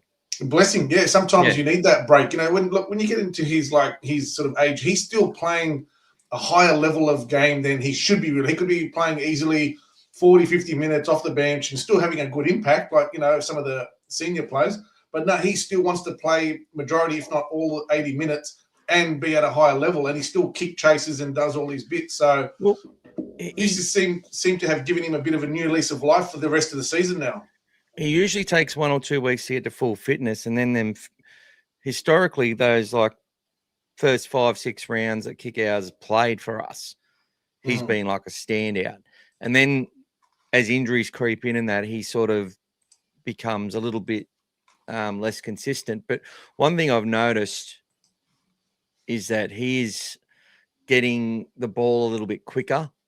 He's also been doing more yardage work off kickoffs and stuff. So he's coming in about tackle 3 or 4. Him and Preston are both helping with that. Yes. Traditionally, they've hung back and waited, walking back slowly like the rest of the players, like the rest of the forwards. Yeah. Yeah, so they've utilised those guys a little bit more to help us up the field. It hasn't all just been the backs. Some when they've had to do a lot of defence, they will revert to that. If we've just spent 2 or 3 sets defending, the next couple of sets they might just sort of let them get back into it, and the backs will do their thing. But they've definitely been a bigger part of that. But their effectiveness is also because of the 1-2 punch or the 1-2-3 punch that you're seeing from, Leo runs off the back fence. Whether he gets belted or not, it doesn't matter because he's taken a little bit of extra energy out of the next tackle that King's getting or vice versa. And then Salmon's hitting the ball at full speed off the back fence now rather than getting the ball and sort of weighing up whether he's going to play a shape or take the run. He's actually hitting the ball at speed. And as we saw, when he's at top speed, he is quite quick. He just doesn't have the same acceleration as what a lot of our other forwards would have. And that's probably his Achilles heel. But he's got a very deceptive step, and he's finding his way in between players as well. So the reason he stood out last week, like he still had an extra 20 touches passing the ball on the weekend. Yeah. So people didn't have a problem with his ball playing against the Storm, but I think having King and Thompson actually knocking down that front door a lot more and being a really effective 1-2 punch is making Salmon a really effective player for us through the middle. And then when they get it to the edge, Kickout's getting it there, and his footwork's been phenomenal. And when they start hitting Kickout early, who do you think's going to see more ball? Birdo. Yep. And our wingers will start seeing more. And it's funny because Brave Dog mentioned Tracy, and I just wanted to make this other point. A really good point was given to me about that. And one of the things that Serraldo talks about is playing to your strengths. And look, there's always situations where players put their hands up and wish that they got the ball and stuff. Like that happens every game. But one thing is when we're seeing it from the sideline, Gas, it does. And because honestly, I would have had the exact same opinion as you. But when you go behind the goal, sometimes you watch games from behind the goalpost. And if you get in the mindset and you see a lot more of what's happening, and you can sort of see sometimes when they're up close, you can see their eyes and everything. That's why, what do you think where Gus watches a game from at training? He tries to watch a lot of stuff from behind the goalpost when he's trying to look at certain things. If he's just sitting there watching them do drills, he's up in the stands. But sometimes he'll go hide and sit somewhere out there. A lot of people do that. It's because when the players are sitting there, or when Tracy's engaging the line, now if he knows through their eyes or whatever that they know the short ball's not on, and they're already going to slide and be able to deal with his outside men, 99% of the time he's gonna straighten up and take the run and take the space and try and generate a quick play the ball rather than go out the back. Even though from where we're sitting, it's like he should go out the back because there's space there. But if he's seeing what the opposition are doing and they're doing their job properly, and he hasn't had that ability to ask enough questions where they want to they're more inclined to let him do his thing. He's probably better off not passing it because he's just going to. It's better to take the hit up there than to go to the sideline and sort of just rely on Birdo or the winger doing their thing, especially if they're going to make the decision to slide and he's already knowing that they're sort of doing that through what their eyes are doing. That's some of the things we don't, as fans, necessarily see all the time because we're seeing it from that sideline view all the time. And obviously, look, I'm not doubting you at all. There's probably times where he could have made that pass or taken that risk, and and there The might main have one I been some referred reward to- for the risk. Yeah, the main one I referred to, because where I was sitting, we were basically behind the post. We were in the corner, right where it's wedged. So he was on the other side of the field to me. So basically, for me, I'm watching him from behind going that way. That's why, for me, I felt like it was he could have been a little bit better there. But that's a confidence thing. I think he's also worried about the intercept, which he copped early in the year as well at times. If it's a very quick pass, but he doesn't exactly have the same tap on that like some of our other guys have. Where he's still working on that, and I think once he's got that under control, because he could have, with the tap on, he could have been confident to still get the ball across pretty quickly, and then you give the centre more time as well. If Burrow gets an earlier ball, he's got more time, and you've seen what he does when he's got the time. He can either go himself or he can look for Jethro, etc. as well. So, but I understand what you're saying. Like it does make a difference on the angle when you're watching as well. So and I think potentially going on down the left edge, he's probably just hasn't done it as often as either. much. Yeah, he's more like he did a tap on the like that, basically a catch and pass for Carraz for the week before on that right edge against the Warriors. But yeah, the left's a little bit of a different story. So hopefully they can perfect that and he gets better at that. And that's something you can get better at. It's and get confidence with more work at training, absolutely, and getting it right. So hopefully we see more of that. Once you do a couple in game day, then you're good to go. Marty Bella still sends Ben Hunt a card every September. Bella now has the second worst drop kickoff in a grand final. There you go. Joe Millian joined late. Great lineup, boys. We need a win. Come on. Yes, big time. I was reading early in the week that Terry Lamb is coming back to work at the club, which is a great thing, I reckon. Look, he's been around the club for a long time. He's got his own desk, chair, and everything in the club at the league at Belmore. So yeah, he's always in and around there. Being the underdog suits us. The Roosters aren't that good, only as good as the opposition let them, and Cowboys let them a lot last week. Can't wait for the Rooster game. It might end with a divorce. Nick will understand why. Joby's missus goes for the Roosters. Well, that's your fault for marrying her, mate.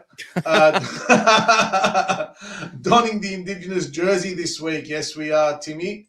Aki's already got his. I've got a story about that with Joby.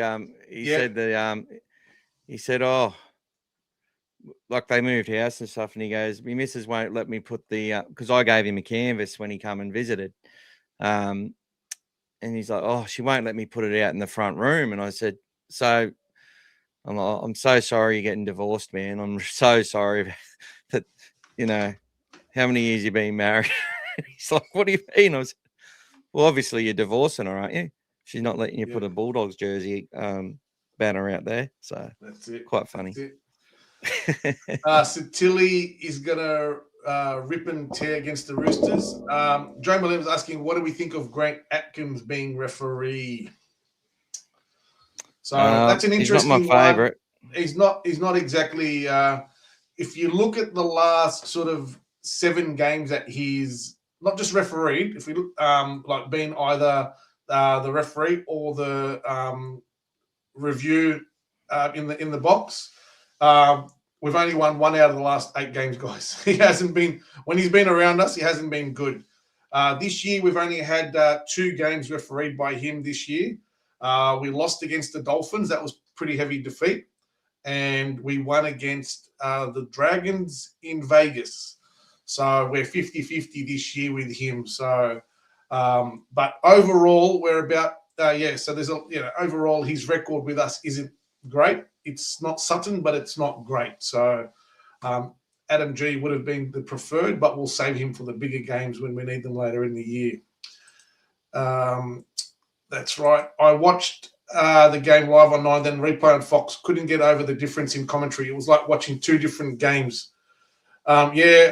Look, Brian, I did the same thing, mate. After I left Melbourne, I was using the game and the commentary. I was listening to it while I was driving for those long hours. And I watched both of them as well.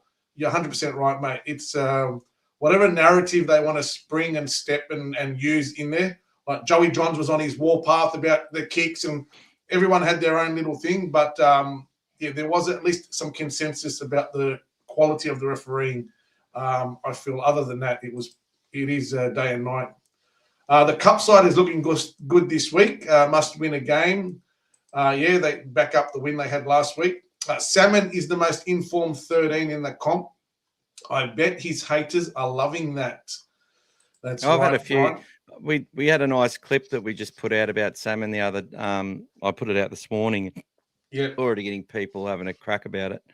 It's funny, Brian. The bloke who I said Leo Thompson would smash you if you said that around him, and he goes, I don't think Leo would smash someone in a wheelchair. And I'm like, I said, I can't believe you're using that as an excuse, mate. You know what I mean? But it's absolutely, yeah,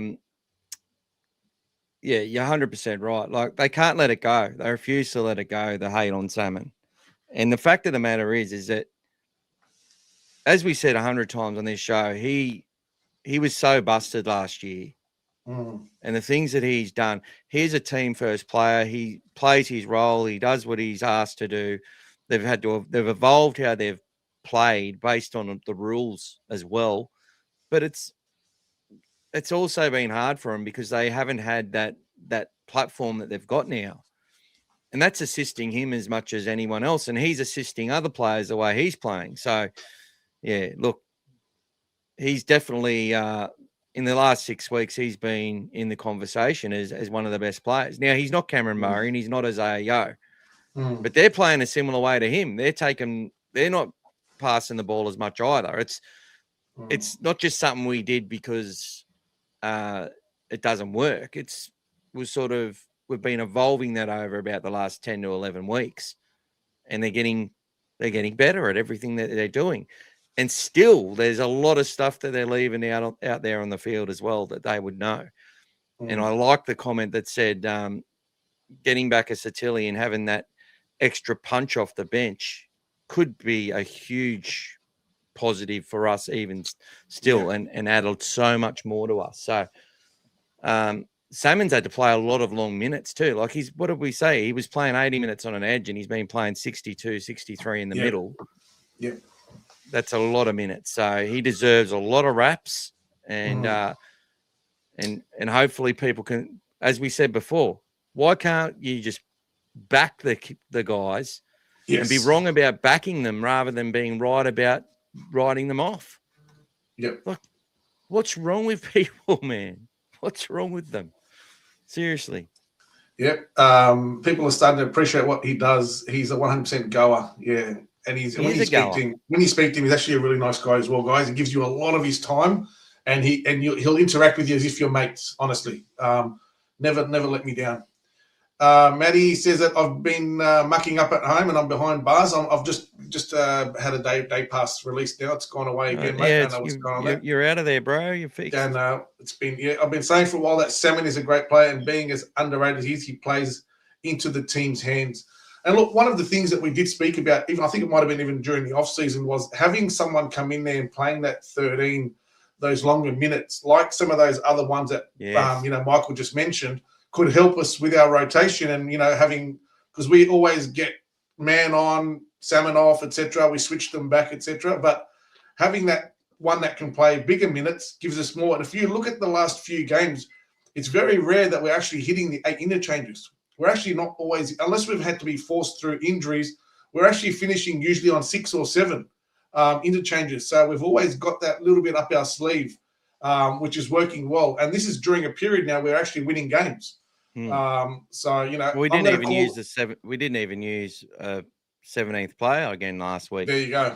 Which a lot of people criticize that. They're like, why wouldn't you? But at the same time, it's like, well, why would I risk injuring another player? Like, I think it's a good debate to have. It's one of those debates that you could have it on a debating team, and it'd be some really good points for the for and against in that one. So, and I just support what the club does. So, Brian Salmon has a great passing game. What about that ball to Tuala in the Carraz no try? Just to mention one. Yeah. Exactly. Who is going left or right? He's good. Donk man. We need to be careful against the Dragons and the Broncos, as those teams will play unorthodox footy. The other 3 games are for the 8. Really good point. And we've seen that a lot. Canterbury were that side when their season was over that cost some players. The flourish.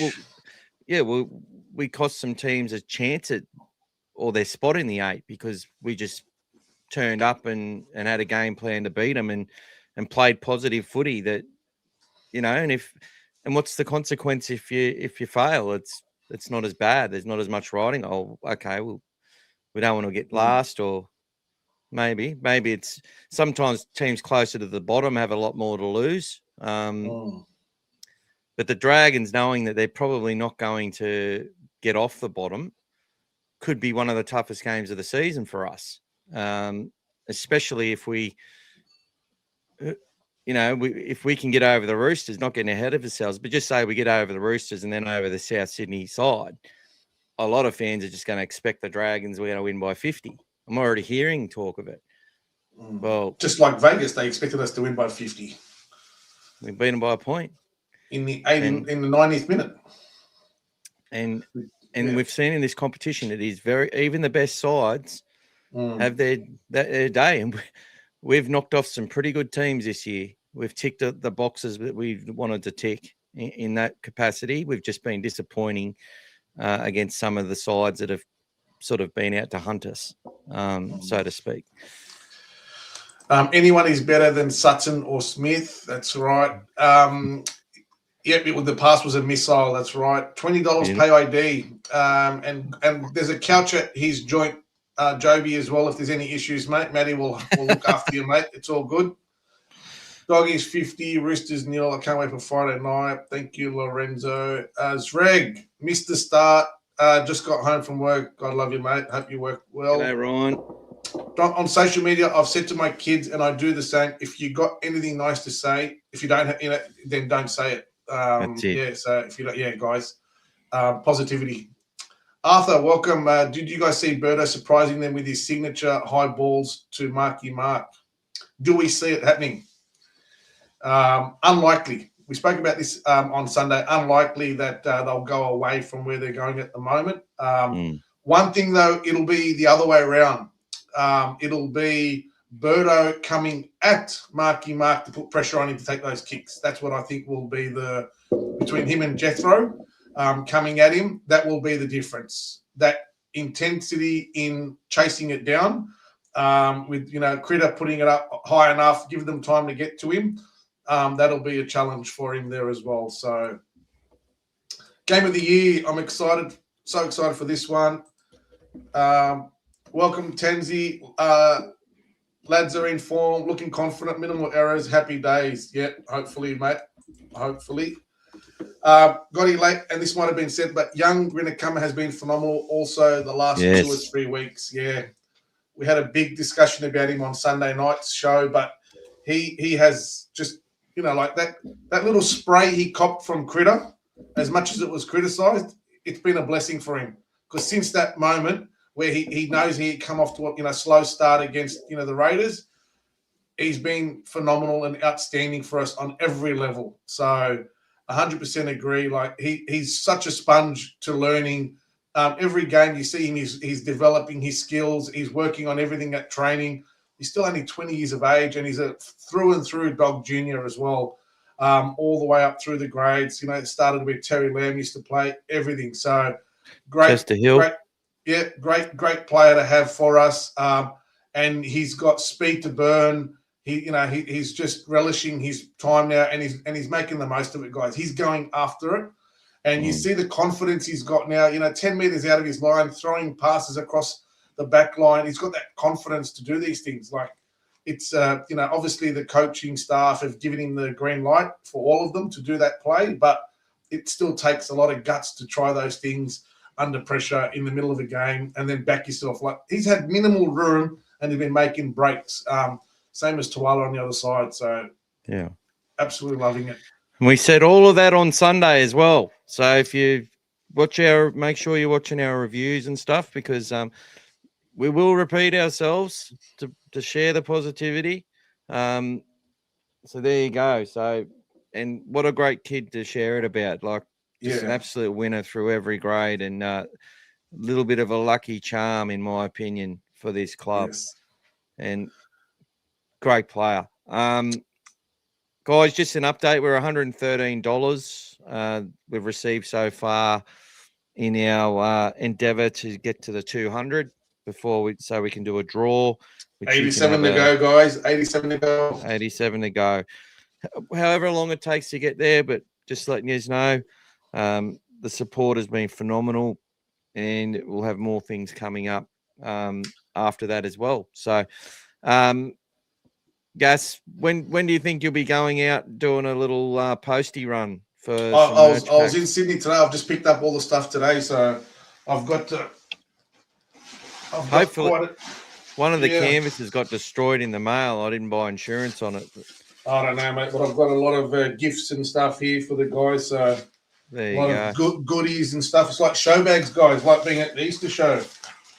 So there's a lot of stuff, some playing cards and magnets and stuff. It's all some Bulldog pens, guys. Yeah, so for those guys who jump on and join the Dogfather as well, guys, you're entitled to some of these really cool gifts and that. So imagine playing some cards and you've got these nice photos on there. So Jacob Carraz cards. Carraz and that, Carraz cards. Hopefully he doesn't want to cut. We'll just Long live Campsie Street, says Tony. Thank you, bro. There you go. And I used to walk in 1998. I pretty much walked over that bridge. I walked that way to pretty much every home game that season. It was a great year living in Sydney. Yeah. So maybe later this week, mate, if I get the chance, maybe before the game on Friday, maybe I'll see how I go. I might do a run and get some stuff out to some of the guys, but no promises yet. Let's get there. Would be great if the Titans beat the Cowboys and the Eels beat the Rabbits. Yeah. It would be even greater if the Dogs beat the Roosters as well. So that would be nice. Donkman is on the money. The Dragons and the Broncos have nothing to play for. That's it. Yep. If we beat the Roosters and Souths, I don't care to lose to the Dragons. No, we don't want to lose to the Dragons. But I know what you mean, Tony. Yeah. There's a lot more meaning to these next two games, 100%. Because after the Dragons, it's the Panthers, and if the Panthers decide not to rest players for whatever reason, if they're playing for the minor premiership, then it could get very tight, guys. And you don't want to leave it to the team that we've lost the last 3 or 4 games to, including the trials, the Broncos in the last game. We want to be sorted before then. But it's funny. I did the big article last year. Ivan Cleary was such a smart. If they played us in that game, I think we're a big chance of beating them. Yeah. But I also think that they would have struggled in the semi-finals to get where they got to. So he didn't want that. He didn't want that type of game and that type of intensity right then. He needed those players to have a rest. And whilst it was disappointing for us, it's just one of those things. Oh, thank you so much, Joe. Much appreciated. That's massive. So, look, as usual, go in the draw. We're almost there, guys. So we're only about 17 down. 17 down. And we could be doing the draw tonight. So good job, everybody. Awesome new merch. Awesome new choice of something from the store. If they want something, if they have your own idea. Just for example, you loved Lachlan Galvin, you wanted me to do something about Lachlan, or if you loved Bailey Hayward or Connor Tracy or Carraz or whatever it is, if it's not on there, we can look at it and I can work with the winner. So get your entries in if you feel like it. But we're not far off at all now, so big appreciation. And there's Nicholas Kane who's throwing in $17. So we're there. It's as easy as that.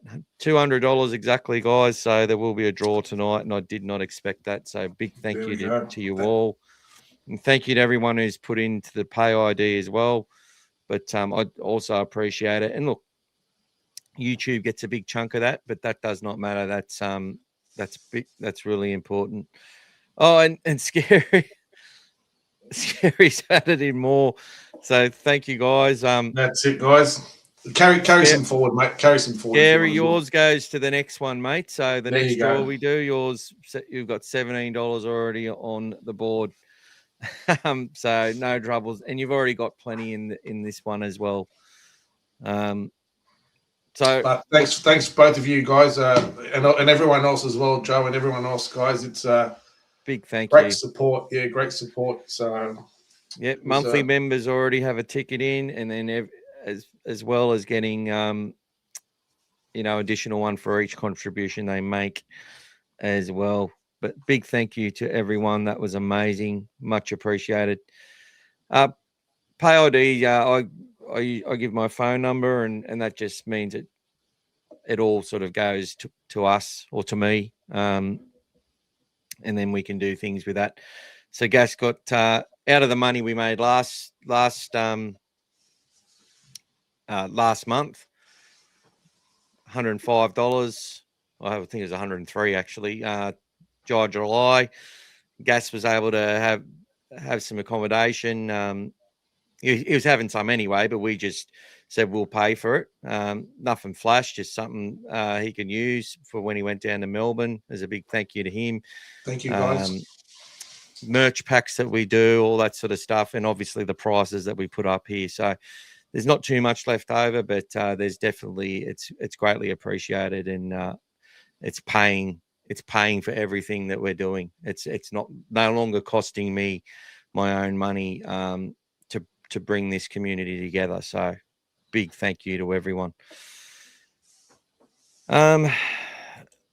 It's but what I will do, guys, any ones that come in now, I will give you a ticket into the following draw as well, or into this draw and into the next one, just as a big thank you. So Scary will get money into this. He'll get an extra ticket into this draw, but he'll also have a few in the next. There is the pay ID number there, guys.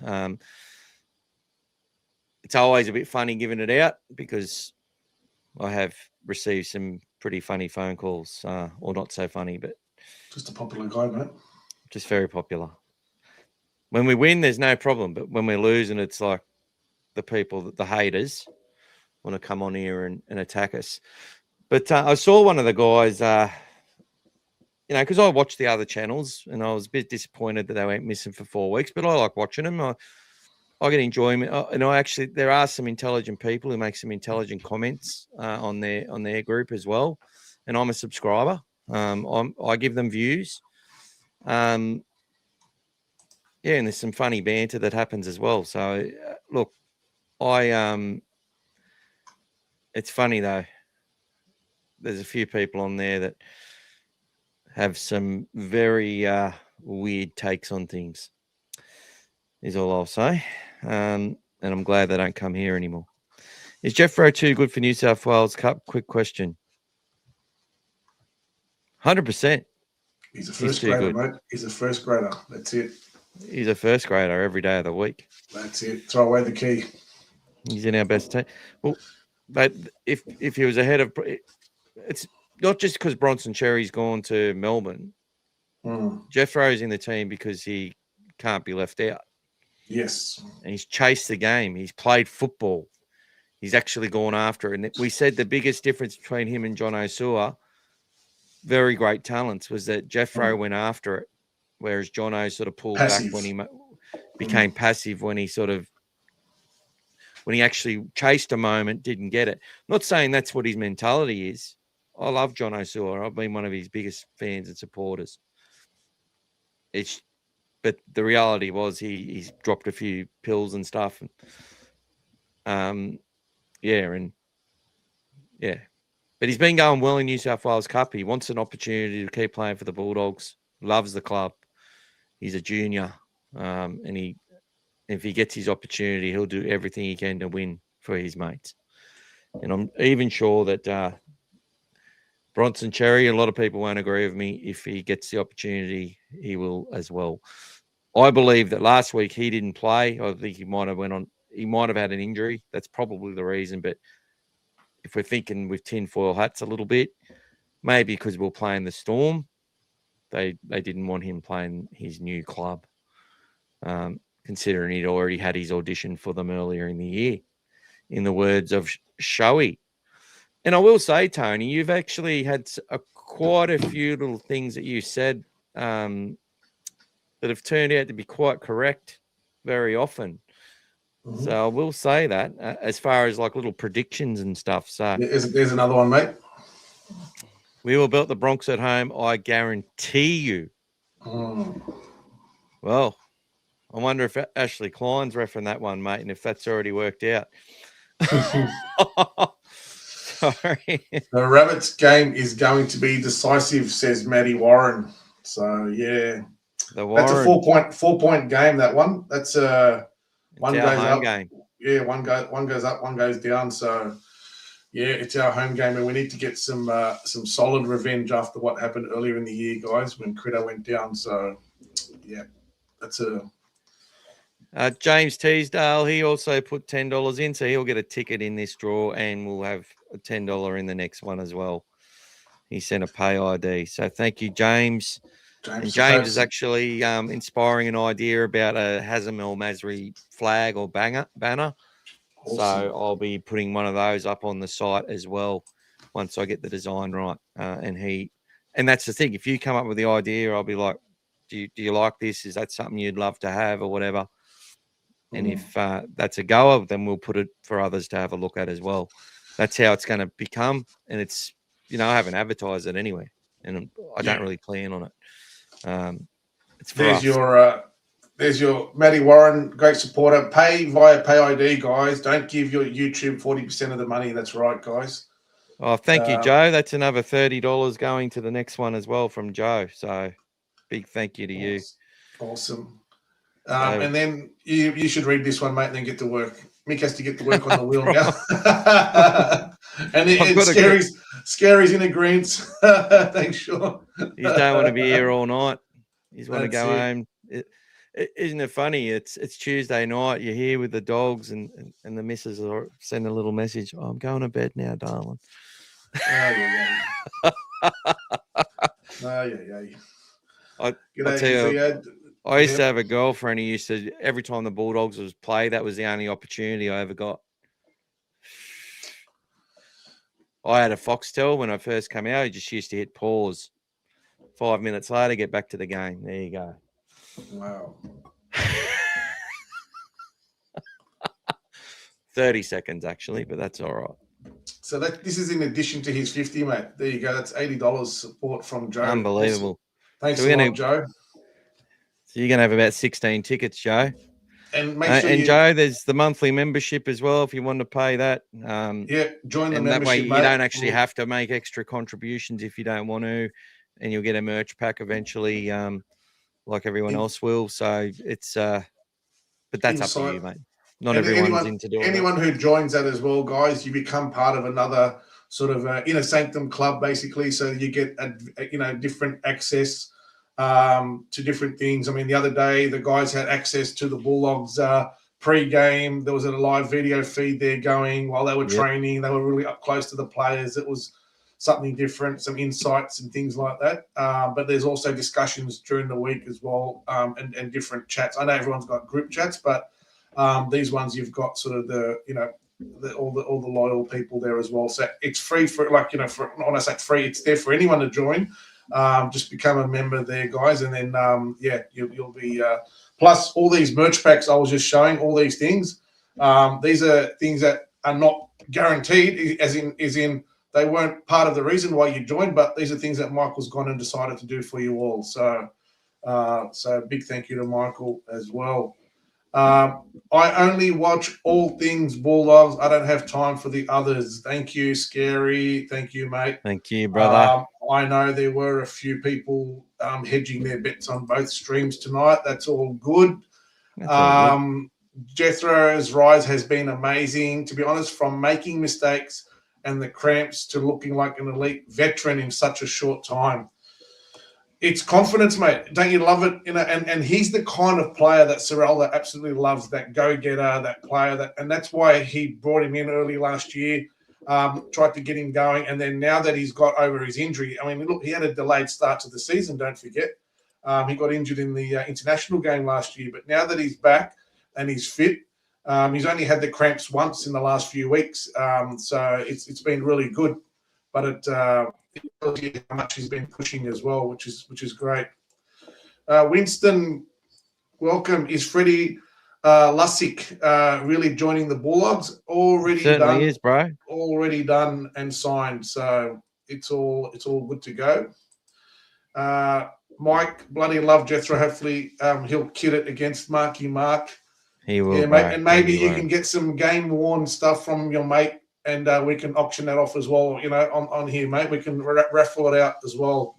Mike, there's a challenge for you, mate. I don't know what shorts. I was looking for a nice Bulldog shorts, Mike. Maybe you can, if they fit me, mate. There you go. There's a challenge for you, mate. Jamie's good things about being single. That's it, mate. Is Jesse McLean and Freddie both joining? Yes, they are. I think they're only of the limited signings at the moment of the top grade. 5 minutes. I call crap on the 5 minutes, Mick. I'll call 3 at most. 30 seconds. And there's Brian. Definitely worth the 20 for the cartel members, peeps. Highly recommend it. There you go, mate. So I didn't have to say anything. Should have just watched your message. Sorry, buddy. How good is the team list? We need to have a huge game against the Roosters.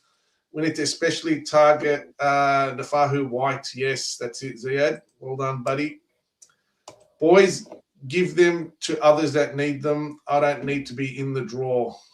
Mate, if you don't want it when you win it, if you win it, we can redraw it on your behalf. All right, Lussick and McLean on a development deal? Nah, they're in. They're both in the 30, mate. Both in the 30, top 30. And Lussick's the backup hooker.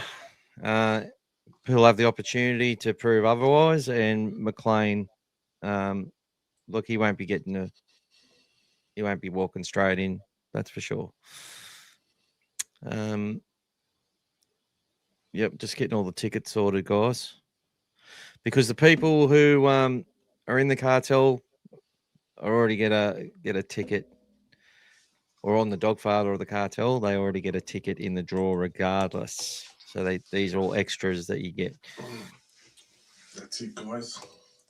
So as I said earlier, guys, for those who weren't on, I mean, this is a massive game for us that may open doors for us to the back end of the year.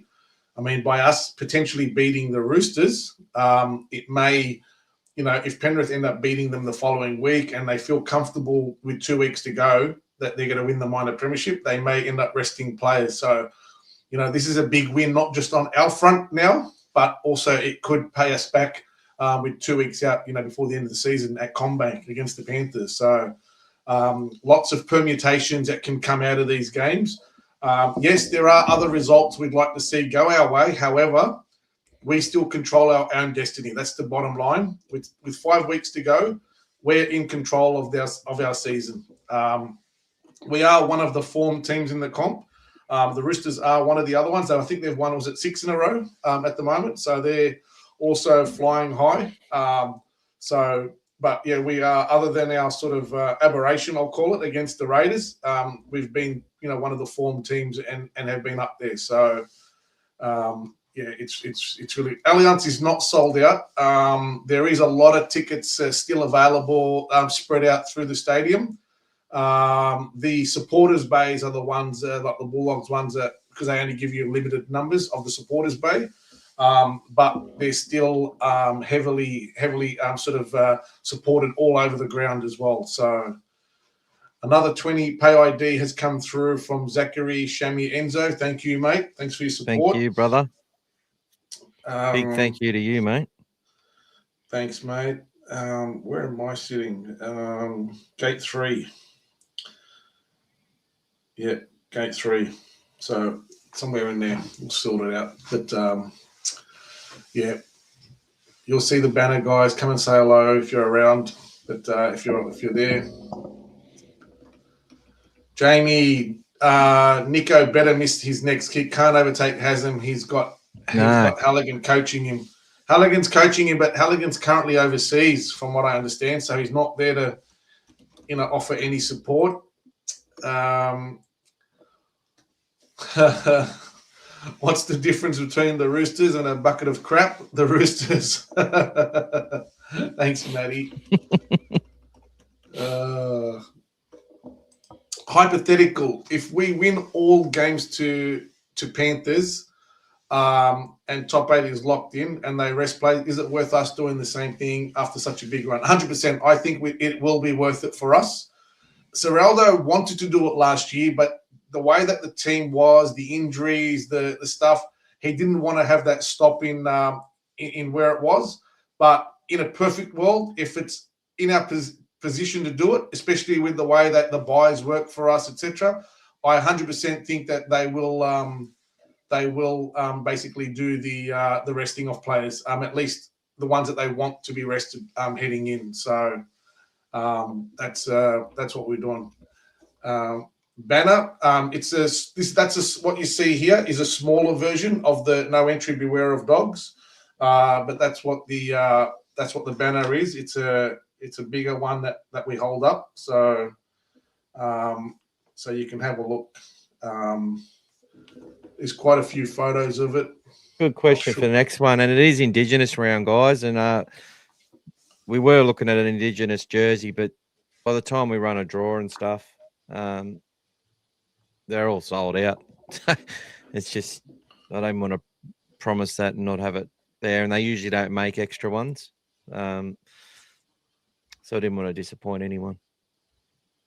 But they look phenomenal, the Indigenous jerseys. All the 7XLs are already sold out. So the first to go.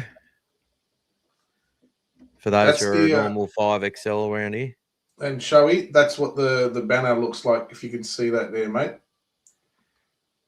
So it's one of the few. It's all handmade and painted. One of the few banners out there that are actually homemade with love. Took a few weeks to do with the kids and the family. So it was a good little project and made on a really nice solid piece of canvas. So and painted all the way through. So irrespective of rain, hail or shine, that thing stands up. Thankfully, it's been there for a couple of years now, and it's survived the test of time. And the only place at the moment that we can't take it is Suncorp, because my poles are too big on the ends, so they won't allow it. They only like skinny poles in Brisbane for whatever reason.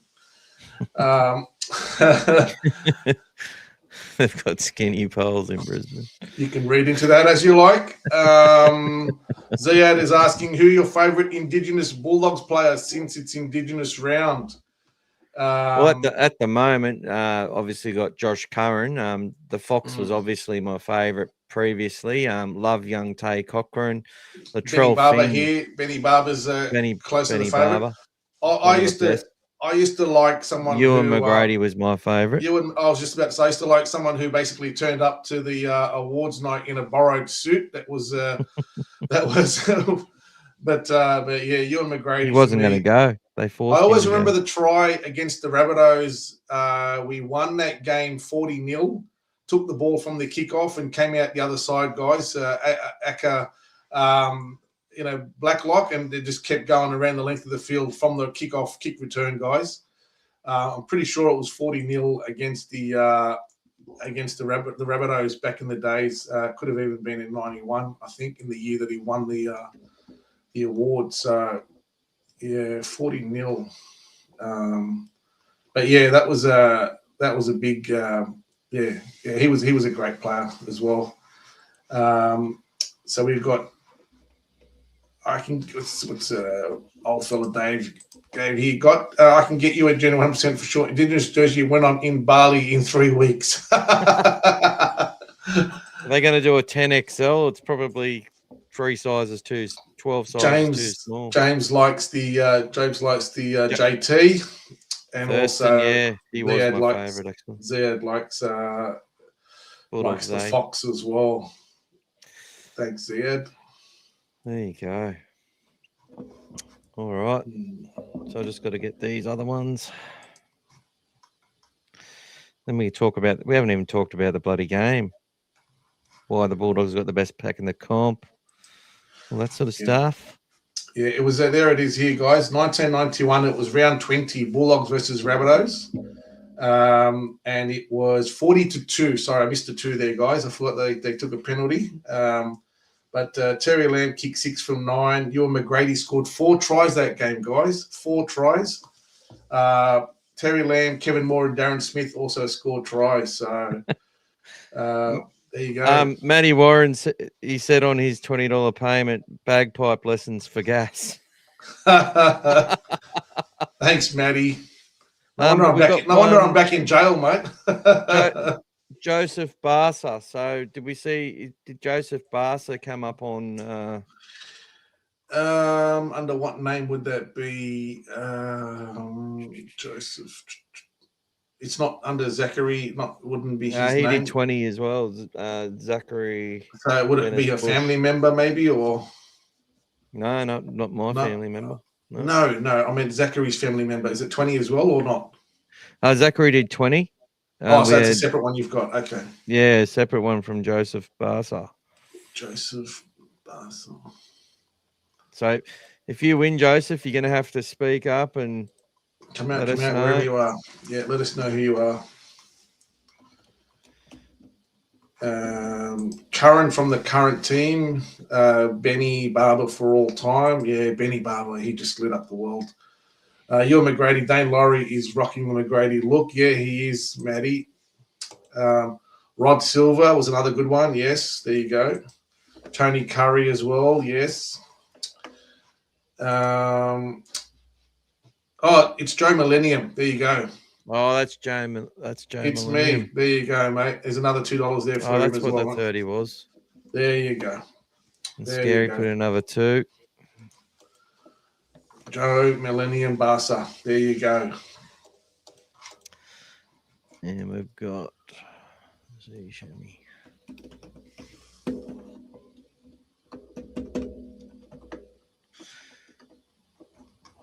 Oh, thank you so much for the additional, guys. Ended up with 261, potentially even more. Oh, Matty went another 20, didn't he? Yeah, I got him in there for twice. That's good.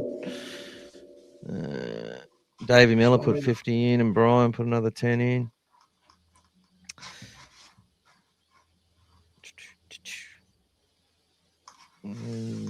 Beautiful work, guys. So a few of you I'm actually going to throw into the next draw as well. So Joe Millennium, you'll go into the next draw. Even though you're happy not to win anything, that's all good. We'll throw Z a ticket in the next draw and Scary an extra couple into the next as well. But you guys are in the next draw anyway, so beautiful stuff, guys.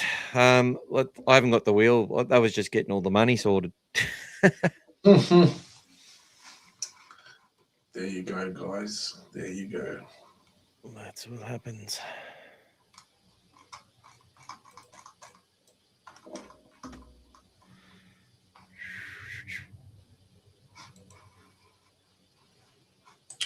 Yeah, Willie Tonga was a great player, guys. Thanks, Shoey. Love Willie Tonga. Yep. All right, let's keep going, buddy. Keep going. Yeah, mate. Do your thing. We're going, mate, as quick as the chats can come through, buddy. Brian said another 10 on the pay ID just to make you work harder. There you go. Thanks, mate. That's it. Yeah, that's his hourly rate, mate. $10 an hour. There you go, Brian. All additionals. All additionals. There you go. So we're with 5 games to go, guys. We're still, if you look at the last 3 years of our for and against, we scored 438 points in 2023 in a year where we conceded 769. Seraldo's first year before we cleaned house. We scored 529 in 2024, conceding 433.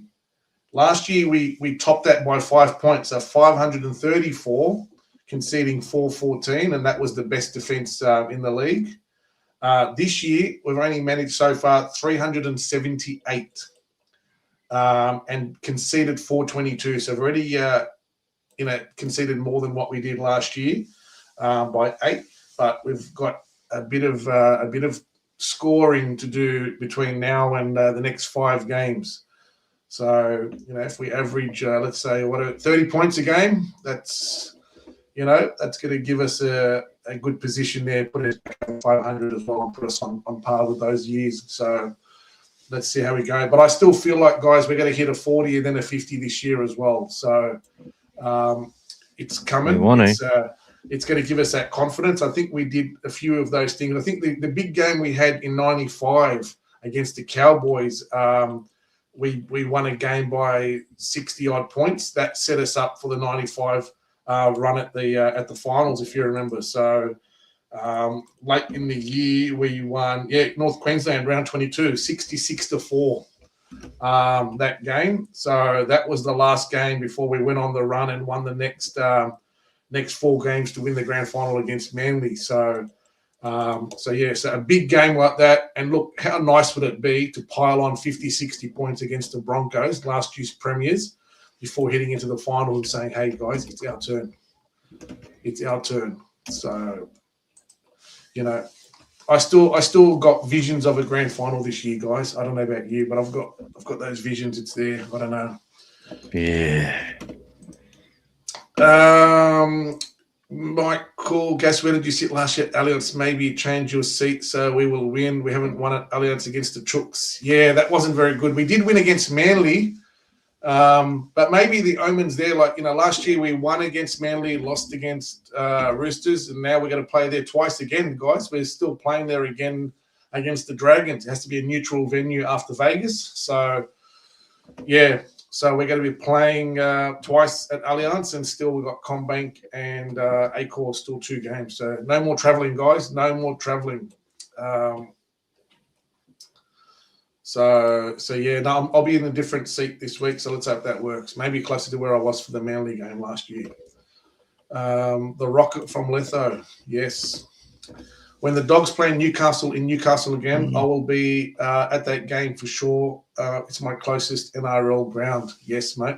Did you go to the trial this year? We were there for the trial. I was 16 years old in 94. I remember watching the game with my young lad, as he was also a huge Dog supporter. Yeah. Oh, with my dad. Yes, your dad. No worries. I was at that game. Yes. Grand final every year. Yes, bring it on, guys. That's the way. Why should Penrith only be the ones to, play 5 grand finals in a row? It was a windy day, I remember it. Sound like Sheldon Cooper. Mr. CBB, this week is a free shot and just a bonus. Next week is the must win.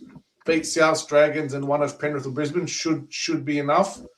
I don't know, but for some reason, I would rather win 4 out of the 5 than 3 out of the 5. I don't want to risk anything going against us. There's a few still easy draws, a few buys still to come. Cowboys haven't got a tough one. Yeah, it's for me, I'd rather win 4 at least and not rely on anyone else. I reckon there will be more Dogs fans at the second game at Allianz against the Dragons, probably, mate. But the Roosters did come out in force last year against us as well. Actually, I attended a previous game this year at Allianz as well. It was the game where we jumped and ran on the field to celebrate the record achievement by Alex Johnson. So we were there, we were ready, and as soon as he scored, off we went, straight on the field, me and Aki. That was awesome. John Bryan, welcome. Sorry I'm late. Hey, John Bryan. Rocket, Rod Silver, Ben Barber, Ewan McGrady, brilliant players, Hall of Famers for our club. Exciting players, point-scoring machines, massive game against East. Let's hope it's like the 1980 grand final, guys. Let's hope it's a good result. I wanted to go to the trial game, but heard all the tickets had sold out, as I want to take my son as his Dog supporter as well. and it would have been his. I didn't think that was sold out. It looked like it was still a lot of room in that game against the Knights. Ticket prices are absolutely ridiculous. We'll keep a few people away. The same has happened for games at CommBank. Yeah, look. Yeah, the loading. There is as low as $25, guys, this week. If you look hard for some of those games for the Roosters, there's still tickets available. So if it's not too late, get yourselves out there. Find your best way of getting there, public transport, etc. Trams are not too far, the light rail, whatever they call it there. We caught a tram the other day from the CBD. Absolute sardines, guys. We were squished in those trams in Melbourne. That was fun. And we came out of the MCG, and then you just literally walk across the road to Amy Park. I do think we've got to win 4 games. If Manly win most of their games and we win, we'll most likely be below them due to their big points difference. But, you know, we got to keep winning and keep building on that for and against as well, guys. So, and you could saw what happened with the Cowboys last week. That could happen to any team, though. But turned around 70 points negative in one game, guys. Who would have thought heading into the week that we'd be realistically a top 8 position? And they've got no Dearden or no Marnie again this week. There you go. So what's happening with Reid Marnie? Where's he been? He went off for head concussion early in the game, and now he's got the 11-day protocol. So, yeah, that's the reason they lost, guys. Marnie was off.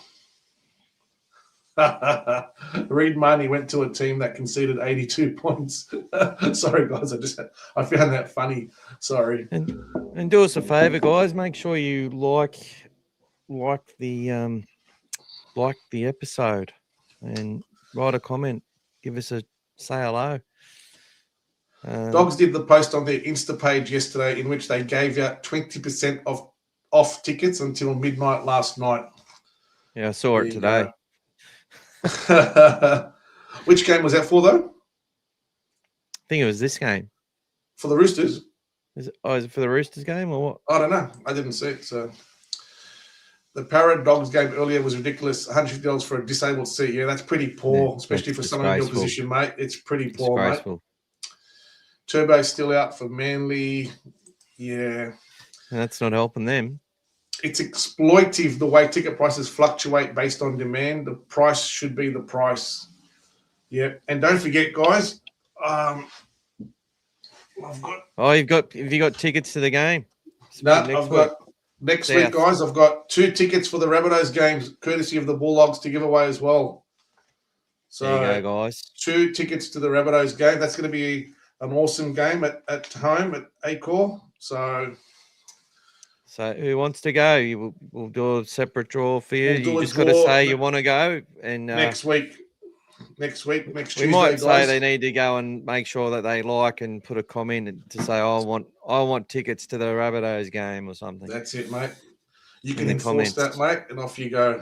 On the actual YouTube, not just here, but because it just helps. We might find more good blokes like Brian and Rhett and Lucas and Nicholas and Matty and Tim and old fella Dave and Brad.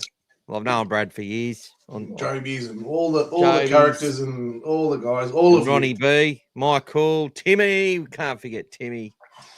Sorry for Shawnee. He's an absolute champion. Aki and Ziad. Had the big beard like me to hide the triple chins, you know. James and all the old Bulldog Mikey Hawks. And that's it. Mikey. And don't forget Andy Sage, who hasn't come on today. Yeah, Andy, James. And Elaine and all our players, parents and mothers and brothers and sisters. We might get cheap tickets. We might do a free flight for Queensland members or something. But I have a code if anybody wants 20% off. If you want, I can post it in the chat. If you're happy to do that, mate, and you want to post it, by all means, mate, go and post it. Post the code. Show it off. The 20% was for this game, but before the Dog Storm game, I purchased tickets, cost $200 each for 30-meter mark opposite sides of the tunnel. Oh, my God. Wow. If Gas is paying for the flight as well. Where are we going? to the you Souths game. you mean to the Souths game? Yeah, look, I'll Core Stadium via I'll Ipswich. fly mate. the tickets up, but you have to figure out how to get yourself back as well. I'll fly the tickets up to you, mate. Surely you can come to a road trip. Through the airwaves, buddy. Andy is at a ping pong show. Okay, there you go. In Thailand. I would love to go to the Souths game, but I'm not sure I can swing it with my knockoff time at work and the 4-hour drive. That just Okay, reminded me guys, of Priscilla, here's your Queen of the Desert. 20%, guys, is So Roosters members 26, guys. That's the code. So, guys, if you got that code, you got 20% off, and that is also after the 12 p.m., 12 midnight cutoff yesterday. Calm down, Michael. Calm down, mate. James knows what I'm talking about. I know. That's why I'm saying calm down. G'day, Maybe Anthony a Wilson. flights giveaway if we play the Dolphins away for the first finals game. Oh. Have to do $1,000 draw for that. Yeah, and that's another road trip coming up, mate. Don't worry. Yeah. There's a lot of teams we could end up playing. Yeah, so that's it. Well, that's why it's important. If we win our last 5 games, guys, we can pretty much guarantee a home final, guys. If we finish on the top part of the bottom of the 8, we can finish with a home final. That would be good. Anthony Wilson, welcome. I hope you're well, mate. If you're late, sitting around that fire, mate. That would look bloody nice and toasty the other day. That's a good it. Video. Mick got that joke, but Gas missed it. Yeah, I let it slide, mate. Don't worry. There's only one person who can take that in here, mate. But so anyone watched that Priscilla, Queen of the Desert? He was the bloke. I was like, no, what was his name? Bruce, the old fella. I was like, no, Bruce. No. He's such a good bloke. But anyway, each to their own. We're very inclusive here. We love everyone. Were you on the Priscilla as well? Did you do a cameo? It's me and my brother love that movie. It's one of our favourite movies of all time. We just laugh. I'm a cock in a frock on a rock. I'll let you know when I watch it. I'll let you know if I ever watch it. All right, mate. You got to watch it. It's a good movie. All right? Doesn't matter about anything. It's a great movie. Hopefully we can get a home final. Imagine we play Manly again. Oh. It's a 3.5-hour drive. I can swing that if I end up being lucky enough to win 3.5. Well, mate, I've got to do 2.5 hours, maybe sometimes a bit longer, depending on traffic. So, and then come back as well. So that's okay. Gary's coming from down near up near Foster Way. We'll sort it Beautiful out, mate. Part of the world. Don't worry. Yeah, all right. Well, you'll be in the draw. You just got to say you want to go and put your comment on, and that's it. And if you don't go, guys, and you want someone else that that can go as well, by all means, you can share that with someone there as well. It was amazing around the fire. Even better seeing the Dogs win. Yay. And as a cartel member, Anthony, you're in the draw tonight, buddy. Everyone's got their automatic entry in, as plus anything else that they've done as well. So yeah, we've got 77 people in the draw, or 77 names in it at the moment. The drive back is always worth it if we win. I'll tell you what, though, guys, the drive back I had from Melbourne was the most horrific drive I've ever done with respect to how many kangaroos were all over the road. It was just crazy. Yes, I know you're not supposed to be driving after hours, after midnight, but, man, they were even standing on the roads. Oh, well, at that time of night in winter, like, they always warn you, have your bull bars, etc. Oh, yeah. Yeah. But that was crazy. I had them standing on the road, like I'm doing over 110, and you have to veer around them. There was another one in the right lane. You could have, oh my God, like at any time you could have crashed into any one of them. It was you had to be really alert for that drive back. Yeah, that was crazy. Scary Sinon, you've got my tickets, bro. That's all right, guys. The Cry Game movie got me when I watched with an ex-girlfriend many years ago. I was so gullible on that at the time. I had no idea. I was like, "What? Why is it called The Crying Game? And what's with this All right, let's see the team, mate. Let's see the team. Let's see the team. Kangaroo for breakfast. Let's get the team out. Let's do it. We'll have to run through this quickly, but Billy Smith's back in the side for the Roosters. Good Found player. that surprising. Tommy Talau back to the extended bench. Trace, it's the same team for us guys. King, Hayward, Thompson, Kickout, Preston, Salmon, Mann, Curran, Hayes, and Sitili Tupouniua takes the 17 spot from AJ. Bronson Xerri into the outside back position. Jake Turpin, after a couple of games in Cup, has come into the 20. AJ Jones there with Sean O'Sullivan, both named in New South Wales Cup with Jonathan Sewer. So Sean will need a game. I thought he might have retained a position in this first bunch here, considering he would be an option to play. But I think they might keep Terps there. Just he's a tough little bulldog and wants to rip and tear. And Kurt Mann, there's lots of options for our team if people do go down. Birdo can move back. If we lost Crichton or Galvin, Birdo can move back to the halves. And there's lots that they can do. The Roosters, Nat Butcher, surprising. He started last week. He ended up running 208 metres and from 21 hit-ups. I think he played prop. And Fiketti, although was named at prop, I'm pretty sure he played on the edge. And this Celeste Fiketti, I remember him in I think it was the 2023 Jersey Flegg Grand Final or the 2024, one of those two. But he was an absolute beast in a losing effort. It was against whenever we beat the Roosters, whatever year that was. Or it might have even been the Harold Matts Grand Final. I can't remember.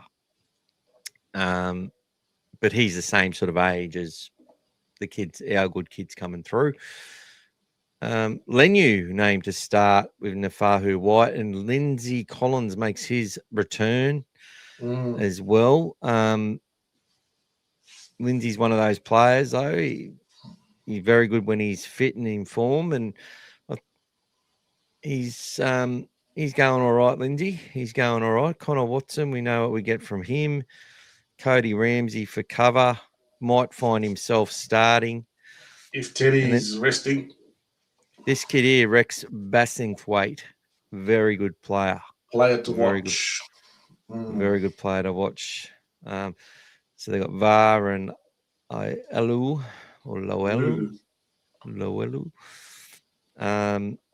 Yeah, it's the Roosters. Victor Radley at 13. Sia Wong, one of these untapped kids. And you think if these guys ever reach their potential, they're going to be a very tough team right now and in the future.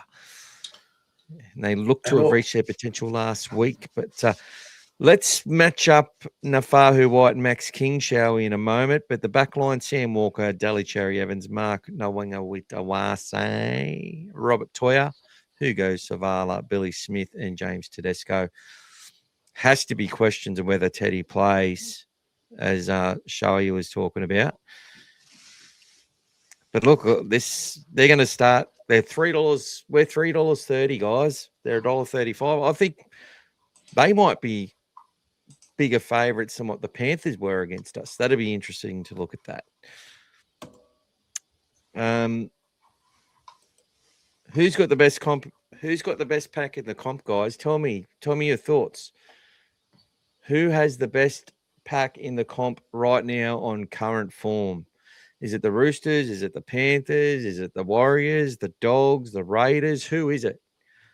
Is it the Bronco? Probably not at the moment on form.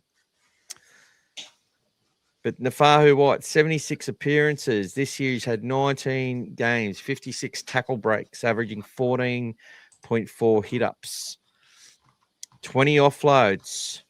So he's got that one offload a game sort of thing. He's tackling at 93%, averaging 169 running meters. And we'll look at his minutes. He's basically playing between 40 and 60 minutes a game. played 80 against the Dolphins in a huge loss. You'd think that there was reasons for that. Maybe they had a few injuries or something on that night. But he's developed into, in my opinion, in the top 2 or 3 props in the game, Nafahu White. How about we compare him with Maxi King?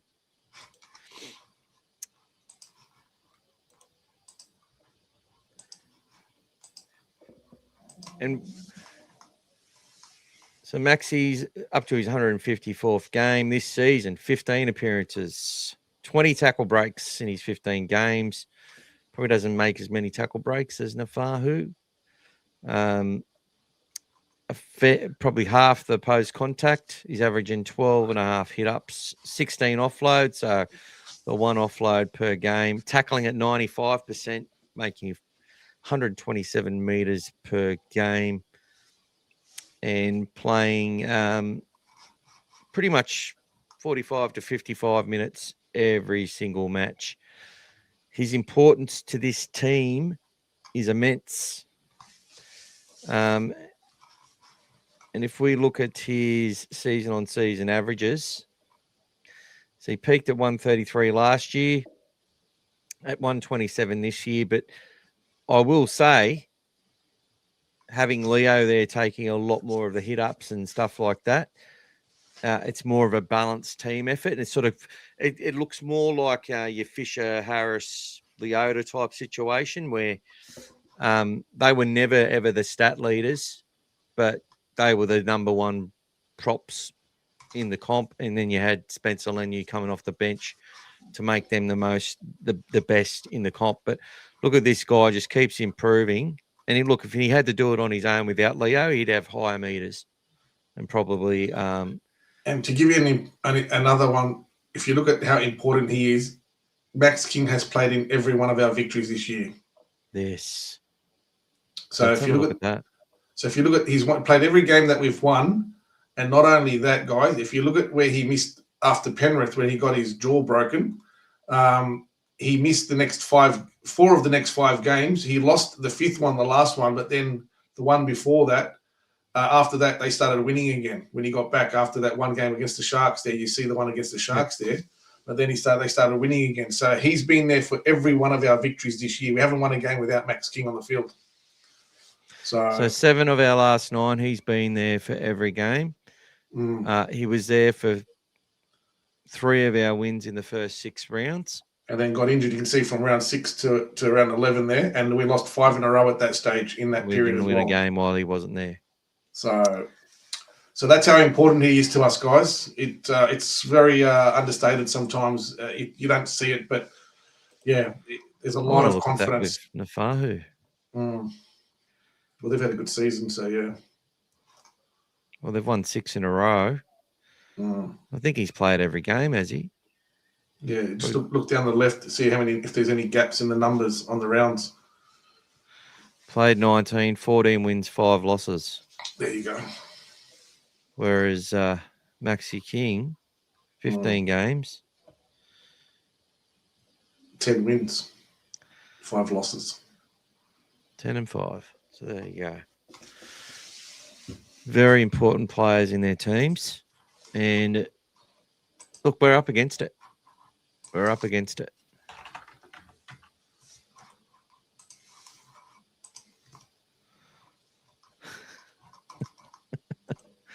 I love pies. Just old fella Dave sent me a really funny message. Carraz is the other one that's won every game with us as well. Let's have a look at that as well. I love looking at this shit. Jacob Carraz up against. Well, he's not Robert directly Toya. against Mark, but Mark, yeah. And look, Billy Smith to me is a very underrated player, a very, very good player. Haven't seen him play much wing though. I will say that. But Carraz this year. So between 15 games, 10 wins and 5 losses. Look at between round 7 and 12. He didn't play. That's why we lost our 5 in a row, guys. Since he's been back, win, loss, win, win, win. Same with King. And he was there for our other 3 wins as well. So That's he's right. been there for every game we've Every won. week. Carrazza's played. Yeah. Haven't won a game without him. But he missed a big chunk of the games we lost. So there's other players, for example, Galvin hasn't missed a minute. He's played every game, but he played those 5 and a loss rows where you look at Carraz and King, they missed in that stretch of 5 games, guys, the 2 Ks. That was important for us. And Ari this year, 13 wins and 11 losses. Oh, no, wins. Sorry, no. He's had 9 wins and 6 losses playing, and he's played 15 games for the Dogs. So he's missed one of our wins, yeah. He's only missed one of our wins. He's been influential. I'd like to look at Jethro. Sorry, guys, we're just having a bit of fun looking at some statistical stuff. Jethro, 8 games for the Dogs this year, 6 wins, 2 losses. There you go. It's the Jethro effect. Critter at 6. What's it? 4 games, 3 wins. Yeah, and he didn't play a full 80 for the one he came off against Canberra. Stretch it off. So Presto. We might as well keep going. Presto. Played 15. 7 wins, 8 losses. He was there in all our losses. He was in all the losses, but he was up against it there as well. So that's it. He was. And look, and that's another hard thing too. When left side, right side, left side, right side, he was switched everywhere. I don't think the switching worries him at all. But I'm just saying, it doesn't worry him. I'm just saying, it was a funny time when he was out there. I think it's the fact that he is our focal point, the focal point of the attack. Yeah. So everyone's got their eyes on him. To score the tries he has been pretty. It's like they know he's coming, and it's coming. And it's not. There's no like deception around it. It's like here's a short ball, and they just keep doing it. Look, I think Sitili Tupouniua goes in ahead of Harry Hayes this week. I think Josh Curran and Sitili will replace King and Leo if there's no injuries or whatever. If they get to do it, they do. And I think Harry might be the one that they hold off on to decide whether a Bronson or a Jake or if one of these guys comes in. And they've got the flexibility of waiting also until Sunday for the New South Wales Cup. So if any of those players are still in the 20, or the 19, they'll hold on to them because they know they've got till the Sunday before they have to play those guys. Yeah, that's right. And maybe someone like a SOS, if he doesn't play, he'll definitely play on Sunday, I reckon. Sean, I think Sean won't come into the side. I think Sean will be just playing Sunday. His name there already, and he's on the extended bench. They're just going to make that call. I think Bronson will remain in as the backs cover. And if he doesn't get utilised, I think he will go back and play cup. Same with Jake. They put the boys through there. I think Harry's one that won't go back to cup. They won't really need to. Well, he needs to be rested. He needs to be rested for his ear, so it doesn't suit him to go and play another game. Yeah, exactly. So he needs to use him if they need him. Yeah. If they feel they need him to win the match, they'll bring him on, I believe. Yeah. But I like the side. It's a team that's they're a pack of hungry dogs. They're driving teams back again. They are hunting in packs. The line speed is there. With and without the ball, they're doing a good job. The point that Brave Dog made earlier about the reduction in penalties, that's true as well. It all plays its part. There's a conversation to say that the Bulldogs are the informed pack in the comp at the moment. When Jamin Salmon is running 125 metres a match for the last 5 or 6 weeks. And scoring doubles. It's last week. Yeah, 100%. But from what he's doing with and without the ball, it's not just against it's not like we're just flat track bullies that are running downhill. They've beat some good sides. They beat a Warriors pack that was in for. I know they were saying the Warriors were struggling a bit and whatever else, but they had Mitch Barnett and James Fisher-Harris. They dominated Tino and Mo. Yeah. And yeah. And Bo Fermor and all these guys, you know, who the other guys said were going to be way too good for us. Looking at their pack, he was saying how great their pack was. They're going to smash the Dogs. They're not going to win another. We're going to lose the next 5 in a row. Blah blah blah. Yeah. I'll make this a statement right here, and you can come back to this moment. But good on him. He loves the Dogs. But look. Giving these people the benefit of the doubt, they're just trying to protect their own egos, and I get it because I understand it. It's like, I don't want to have the hope. When James Graham was talking about hope, the hope is what kills you. That's a perfect example of that. You write your team off because you don't want to be disappointed. So I do get it. If he's saying things like that, it's actually normal. It's not an unnormal thing to do. But if they're saying things like that on their show, then for me it means that's what their audience want to hear. That's the bottom line. If you're there listening and you accept that means that's what you want to hear. That's it. If that's what makes you feel better when you think, oh, we're going to lose, so now I can go into the game thinking, oh, we're going to lose, it's okay. Then you win, you go, hey, we won. But if that's what those people want to hear, then by all means, if that's what works for you. It's like Brian Dibb. He goes on about everybody else's players, how they're the best in the comp and all this all the fucking time. And it's like, we're the Bulldogs, mate. We don't give a shit. Exactly. On our day, we'll take anyone on. Max, in my opinion, Max King and Nafahu White are the in the conversation as the two of the most as props. They're so important to their teams, and what they are doing for their teams is so immense. Leo Thompson is helping King, no doubt, but King's helping Leo Thompson a lot as well. Especially with Leo getting his ability to offload again, which we know he put away for a few years. So now that's an option back in his game again, it's making him dangerous as well. Just a few comments here from the guys. Xerri drives a few hours every day in his tow truck, so it's not the drive, it's working to get his son to come as well. Thanks, buddy. Udo Mamalo, up the doggies. Brian saying to be careful there. Yeah, mate, look, mate, I had to slow down to 60 at times, mate, on a 110 freeway, mate. It was that dangerous. I was well aware of it. Wouldn't surprise me to see Turpin get some game time over Mann this week to spell Haywood if it's a real grindy game. Yeah, not a bad shout out. Not a bad shout out at all. That's an option as well. And they seem to bring Terps in against his old clubs as well. Like he's played in those Broncos games. And Roosters, Even in losses, he's put his hand up. He's a tough little dog.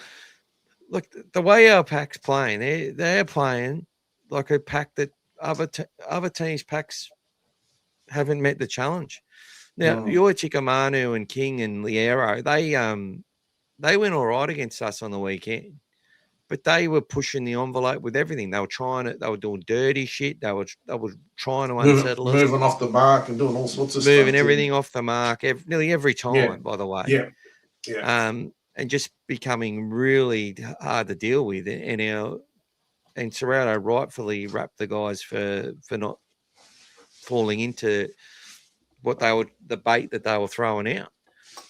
And it cost us points in the end as well. Like it cost us points, the cheating that they were doing. And hopefully Atkins doesn't allow that with the Roosters because look, they're tough to deal with, they're big boys. And the Butchers are very good at getting down low and getting those quick play the balls. They've got a lot of heart. They're not getting the same money that some of their mates are. That Fiketti to me looks like when I saw him and the way that the commentator used to say his name, he used to say Fiketti. Like I was like F Eddie, but I was looking at him going, God, this guy's good. How talented is this guy? He's like another SBW, but we say that about a few kids. I think we say that a bit too much, but I worry about him ripping and tearing.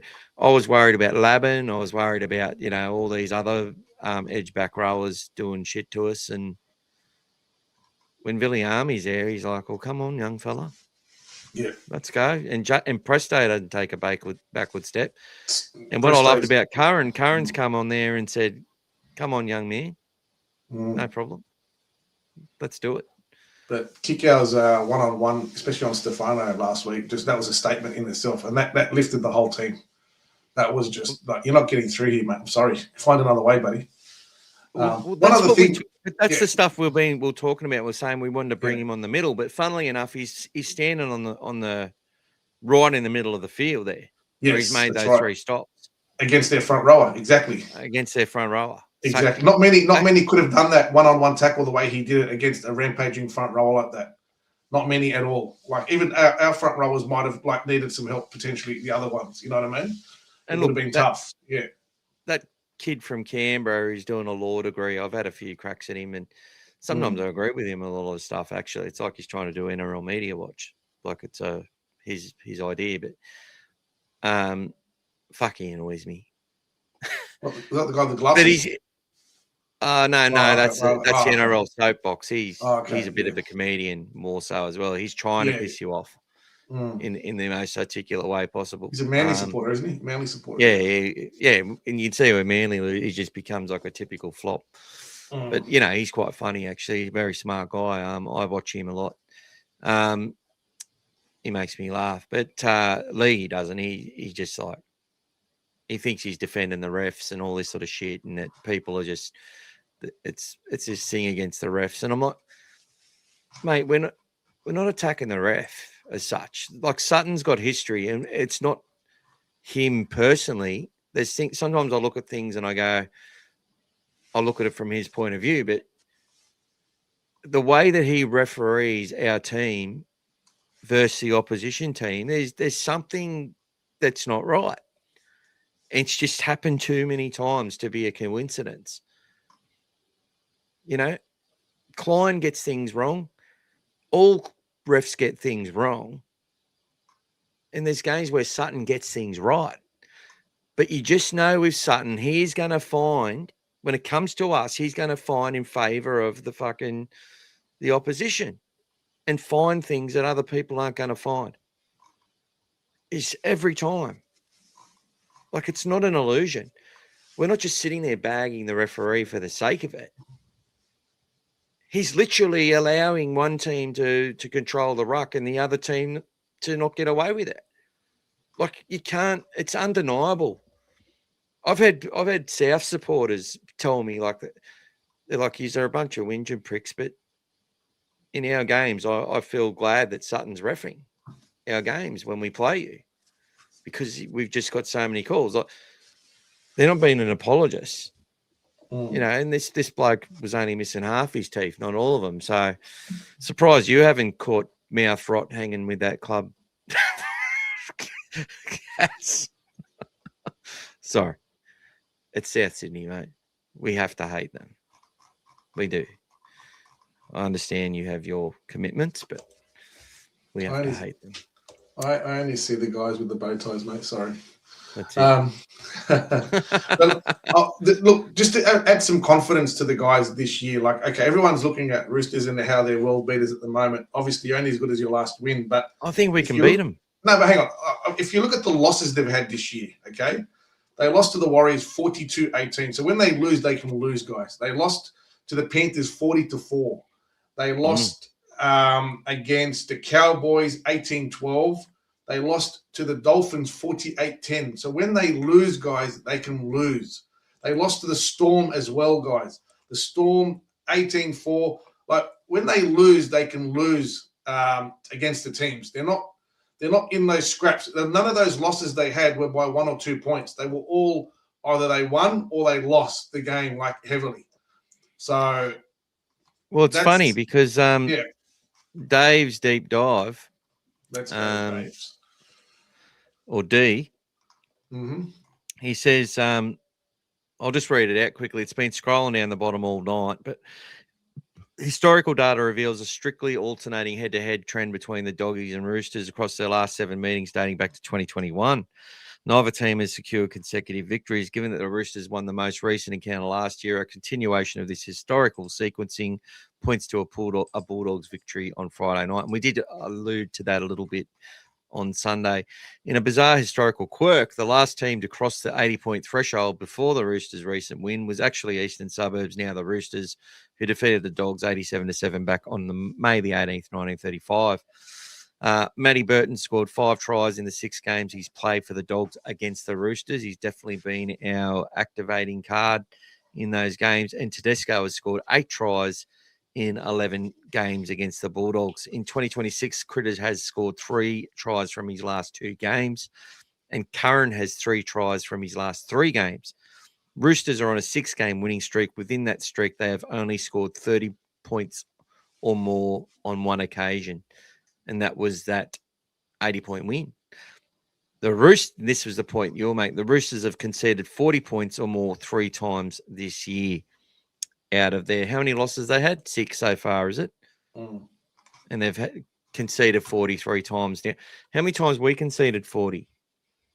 Once or twice? Is it twice? I think twice. Dolphins and then Canberra, I think. And the Sharks fell short. They were way ahead of it. Yeah. No, they might not have. No, then I thought they fell short. I think we kept them pretty close because we came back in that second half. Yeah, I think they only got 6 in the second half. 6 or 8 points. So, yeah, Roosters have had some big losses, and they could have some bigger losses, hopefully, on Friday night, because the Dogs will be up for it. They have to be. But we've been up a long time, I will say that, but so have the Roosters. And as Gas said, that 80 points, it'd be hard to look. They don't need any.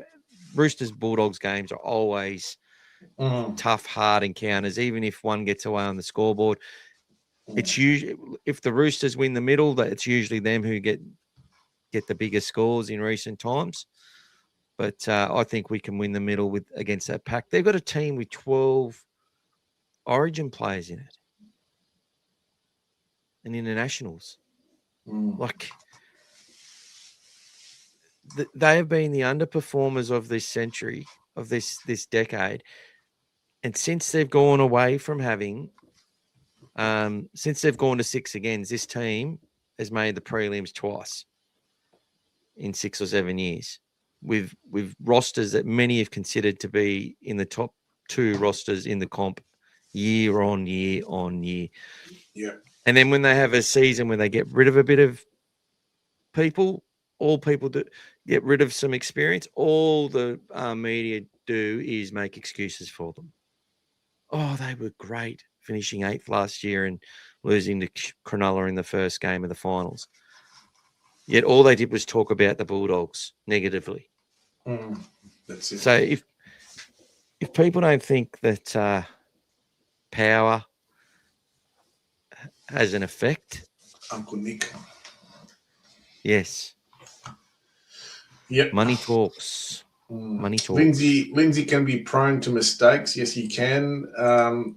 Get Kiko running at Cherry Evans all day. Yes. I'm the eternal optimist. We'll beat the Roosters into submission. 100%. East is the game we need to win on so many levels. We win this. We win all 5 remaining games, even a riff full strength. The only issue I have is our poor kick defusal. Walker has a gem kicking game. He attacks he hits you in the weak spots constantly. Yeah. And he plays well against us every game. We need to get him back for one thing. For that running away. Running backwards to the goal line against us. Was that when we lost 28-24? Yeah, it was like that. I think it was 2023 or something like it was in that. Yeah, before when we were still perennial losing, and he did that. Yeah. I would have to say the Dogs. This is in reference, I'm guessing, to who's got the best pack at the moment. Yep. Sitili's going to be diving off the bench. He'll stick it right up the Roosters. That's it, Matty. King was the catalyst to us beating the Panthers. We dropped right off after that, with the fact that he was gone as well. That's it. Illegal shot. Our pack's as good as any. That's it. It's not going to be an easy game, but I still think the Dogs can grind out. And look, I'm hoping it's a tough grind because, to be honest with you, I'll back us in a grind over any team at the moment. We seem to find a way to get those tight games. We haven't we've won pretty much all those games. We've been in that real tussle with everyone. Starting from the Dragons to the Raiders to even when we beat the Eels and the Manly, all those games, guys. When we're winning those tight ones, we're getting the job done. So we've had. We've just got to win that middle. That's got to win that middle. That's it. And against the Roosters, guys, it's going to be ultra important we win the start as well. We can't be playing catch up against the Roosters. Once they get a head of steam up, they can score from anywhere on the field, and they can demoralise you. Marky Mark is going to be a big test for Jethro if he has a big game. Can you imagine his confidence? Well, let's hope, mate. Jethro, he's up for it, man. He's a big body. He'll need to be on his game. Marky Mark will be on to him. And look, Marky Mark's good for a lot of mistakes in the game too. For all his brilliance, he's got a lot of rocks and diamonds about him as well. And there you go. As right on cue, Jethro's ready for him. Marky Mark is rocks and diamonds, mate. It's like you read my mind. I wouldn't be mad if they rest Harry. The bloody legend is looking beat up. Look, it's a tough one, guys. Agree. It could be a cult hero match for him. That's it. Salmon got a misses about a month ago. That's the secret to his improved form. Thank you, Tommy. And it's only because his form improved that he scored. No, I'm kidding. He finally found someone to love him. If we make the 8 and we are clear, we play Broncos on a Thursday. Our first final will be a Saturday. That is enough of a break. That's it. Yeah, as long as we obviously get no injuries. God help us against Souths. However, last year they didn't give us Sutton as the ref. Yep. He can't be reffing us again. No way. Wasn't Sutton the Good Friday match when Graham got... Yeah, that's right. Yep. That's right. Yep. We've only conceded 40% twice and 38 twice against Para and the Sharks. Yes. I'm thinking a similar game score to the first time the Roosters played the Cowboys and lost, predicting the Bulldogs win 28-22. There you go, Timmy. Roosters' closest loss was against the Cowboys at Magic Round. Their second best loss was 14-point margin against Melbourne. So when they lose badly. That's it, mate. That's what we were trying to allude to. The Roosters roster with 200 players. The salary cap is working there, obviously. And welcome John Black. G'day, Teddy John. sets the tone of that side. Pummel him and they collapse like a cheap house of cards. Like a cheap house of cards. That's if he plays, but I'm hoping he does play and we beat them so we can say we've beaten them with everyone on there. There's no excuses because if he's missing, they're going to say it like Melbourne game. Oh, they're missing half their team. So the usual narratives to soften our wins. But the boys will be ready, guys. The boys will be ready. Get into a scrap, keep it tight, keep it close, and hopefully run over the top of them at the end of the game. So that will be good to see. That's pretty much it. It's time for the draw. Mick, have you got it all set up? I've got it all set up, guys. Are you ready? Sorry, we didn't really get through to the New South Wales Cup and that, but I'll just run them across the bottom for us quickly. Oh, mate. We did have a Brave Dog in the house. We did have a Brave Dog in the house. For those who missed it, we had Brave Dog on earlier for the first hour and a half. So jump on. I'll just read it out. Tay Cochran, Jonathan Sewer, Marcelo Siakapoko, Sai Alatini, Nico Mealy, Joey Tayalpa, Sean O'Sullivan, Lipoy Hopboy, Daniel O'Donnell. So Gordon Chan Kum Tong must be injured. Jack Underhill, Jed Reardon, Logan Spinks, AJ Jones, Angus Fay, Broden Cons, Jack Todd, and Chase Patterson, the New South Wales Cup side. Jersey Flegg, Raymond Peru, Jopo Rauch, who's off to the Bears. Eamon Fitzgibbon, who got that beautiful try to get the draw. Alvin Chong Ni, Mela Setu, Damon Humphreys, and Bronson Rubin. Chance that one of those goes back to Ron Massey. Tristan Burns, Kaywin Patterson, Lincoln Cliff, Finney Farley, Jaden Smith, Bailey Myers, who does well in the hooker role as well. CJ Uday. CJ. Big CJ. They got their shirt today that I did up for him. Lachlan Mifsud, Mace Andrew, Sesefo Finau. And with Ron Massey, Clancy Hone is the fullback. Michaeli Senibua had a good game on the weekend. Baxter Warner, Josiah Towle, Paul Johnson, very talented winger. Leif Dietrich, No halfback named. Corey Ackers, who we got from the Dragons. Jack Ennis, Mick Sun, Malachi Filippo, Elzaya Silva Lamatia, Nate Clark, who played well last week. Justin Matamua, who's rips and he does really well in this grade. Visate Fioso, Willie Pelou, and Yuri Lowlands with a TBA for the 17. That's your sides, and they will do well this week.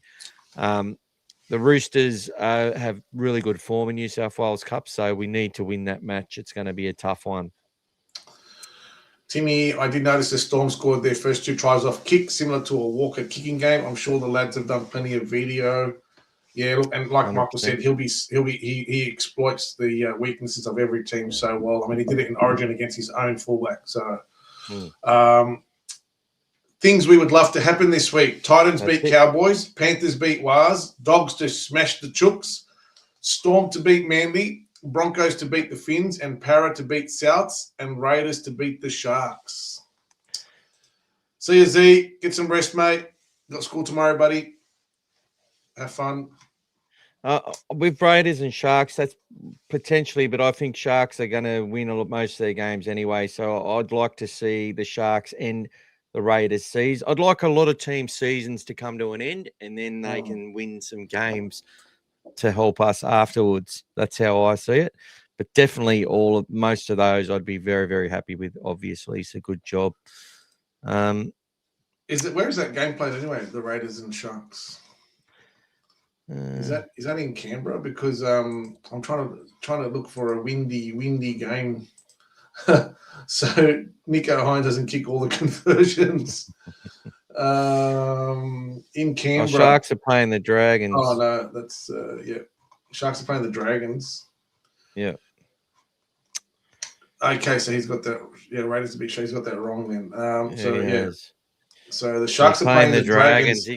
He might do it this week. Oh, it's at Cogger. I was hoping it was at Wynn Stadium at Wollongong. Cogger can get pretty windy too, can't it? Cogger's pretty open. Yeah, Cogger's pretty open as well if it's a windy day. So, but they're $4.75. So Raiders to beat the Knights. Yeah, good work. That's right, Mike. 100% agree. Dragons to beat the Sharks. Let's do the draw, people. Eels have got more chance, according to the bookies, to beat the Rabbitohs than the Dogs ever beating the Roosters.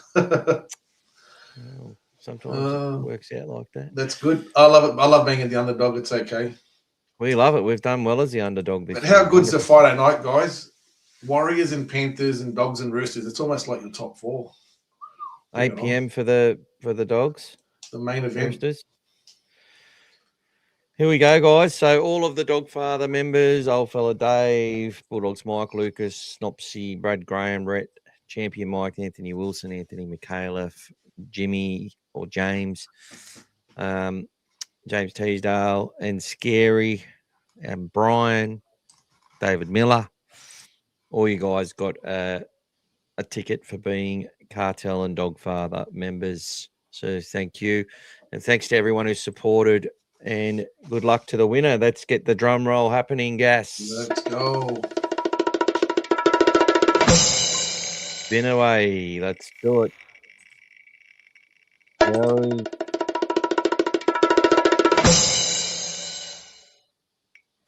Nicholas Kane is the winner. Congratulations. Nicholas Cage is the winner. Nicholas Cage. So, Nick, we're going to need you to get in contact with us. I'm not sure if you're on Facebook. I'll try to sort you to find you.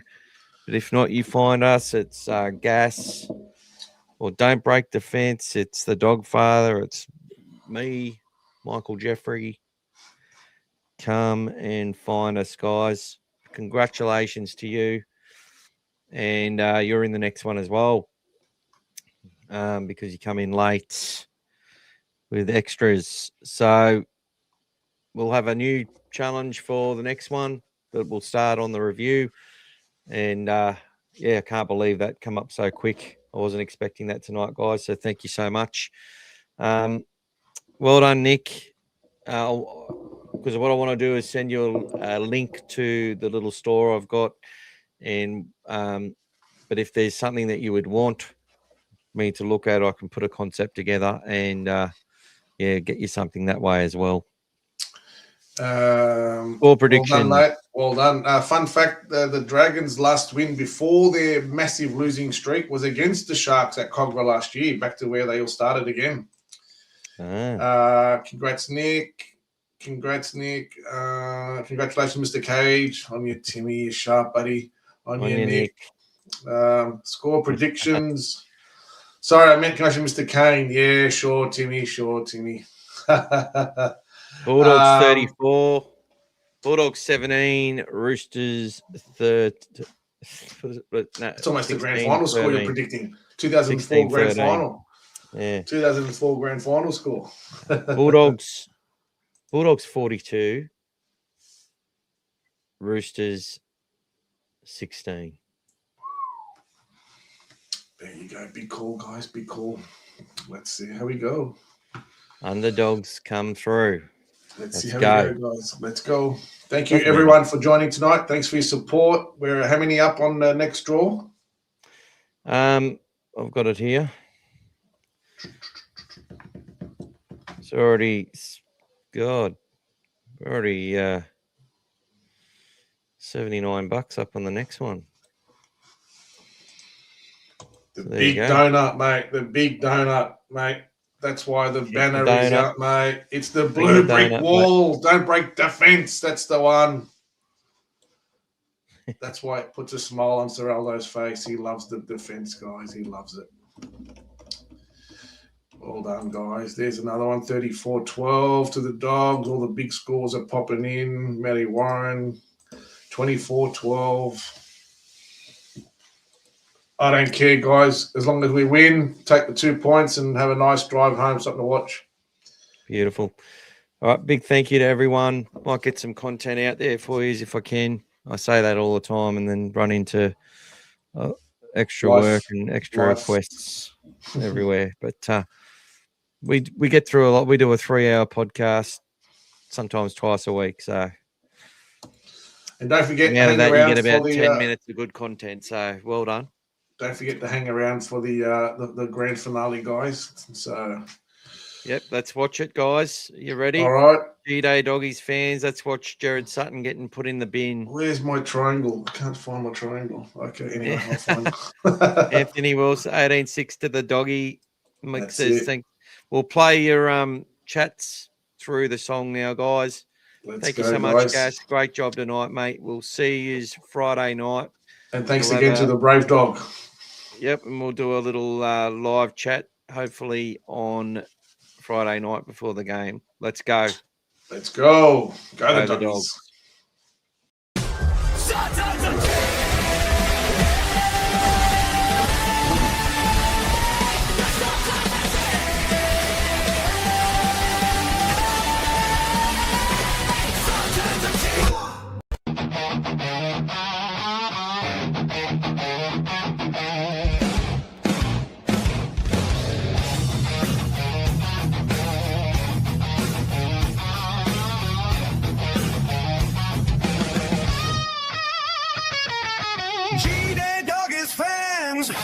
Welcome to the show. All things Bulldogs. Here we go. Here we go. Yeah. Here we go.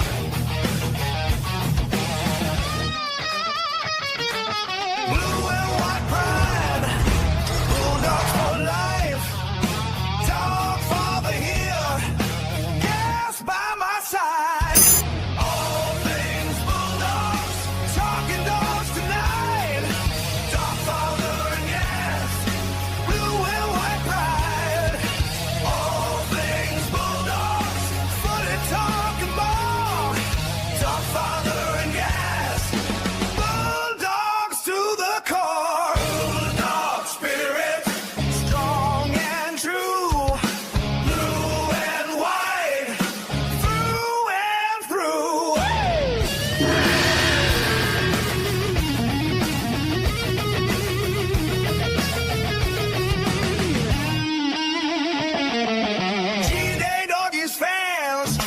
Welcome to the show. road.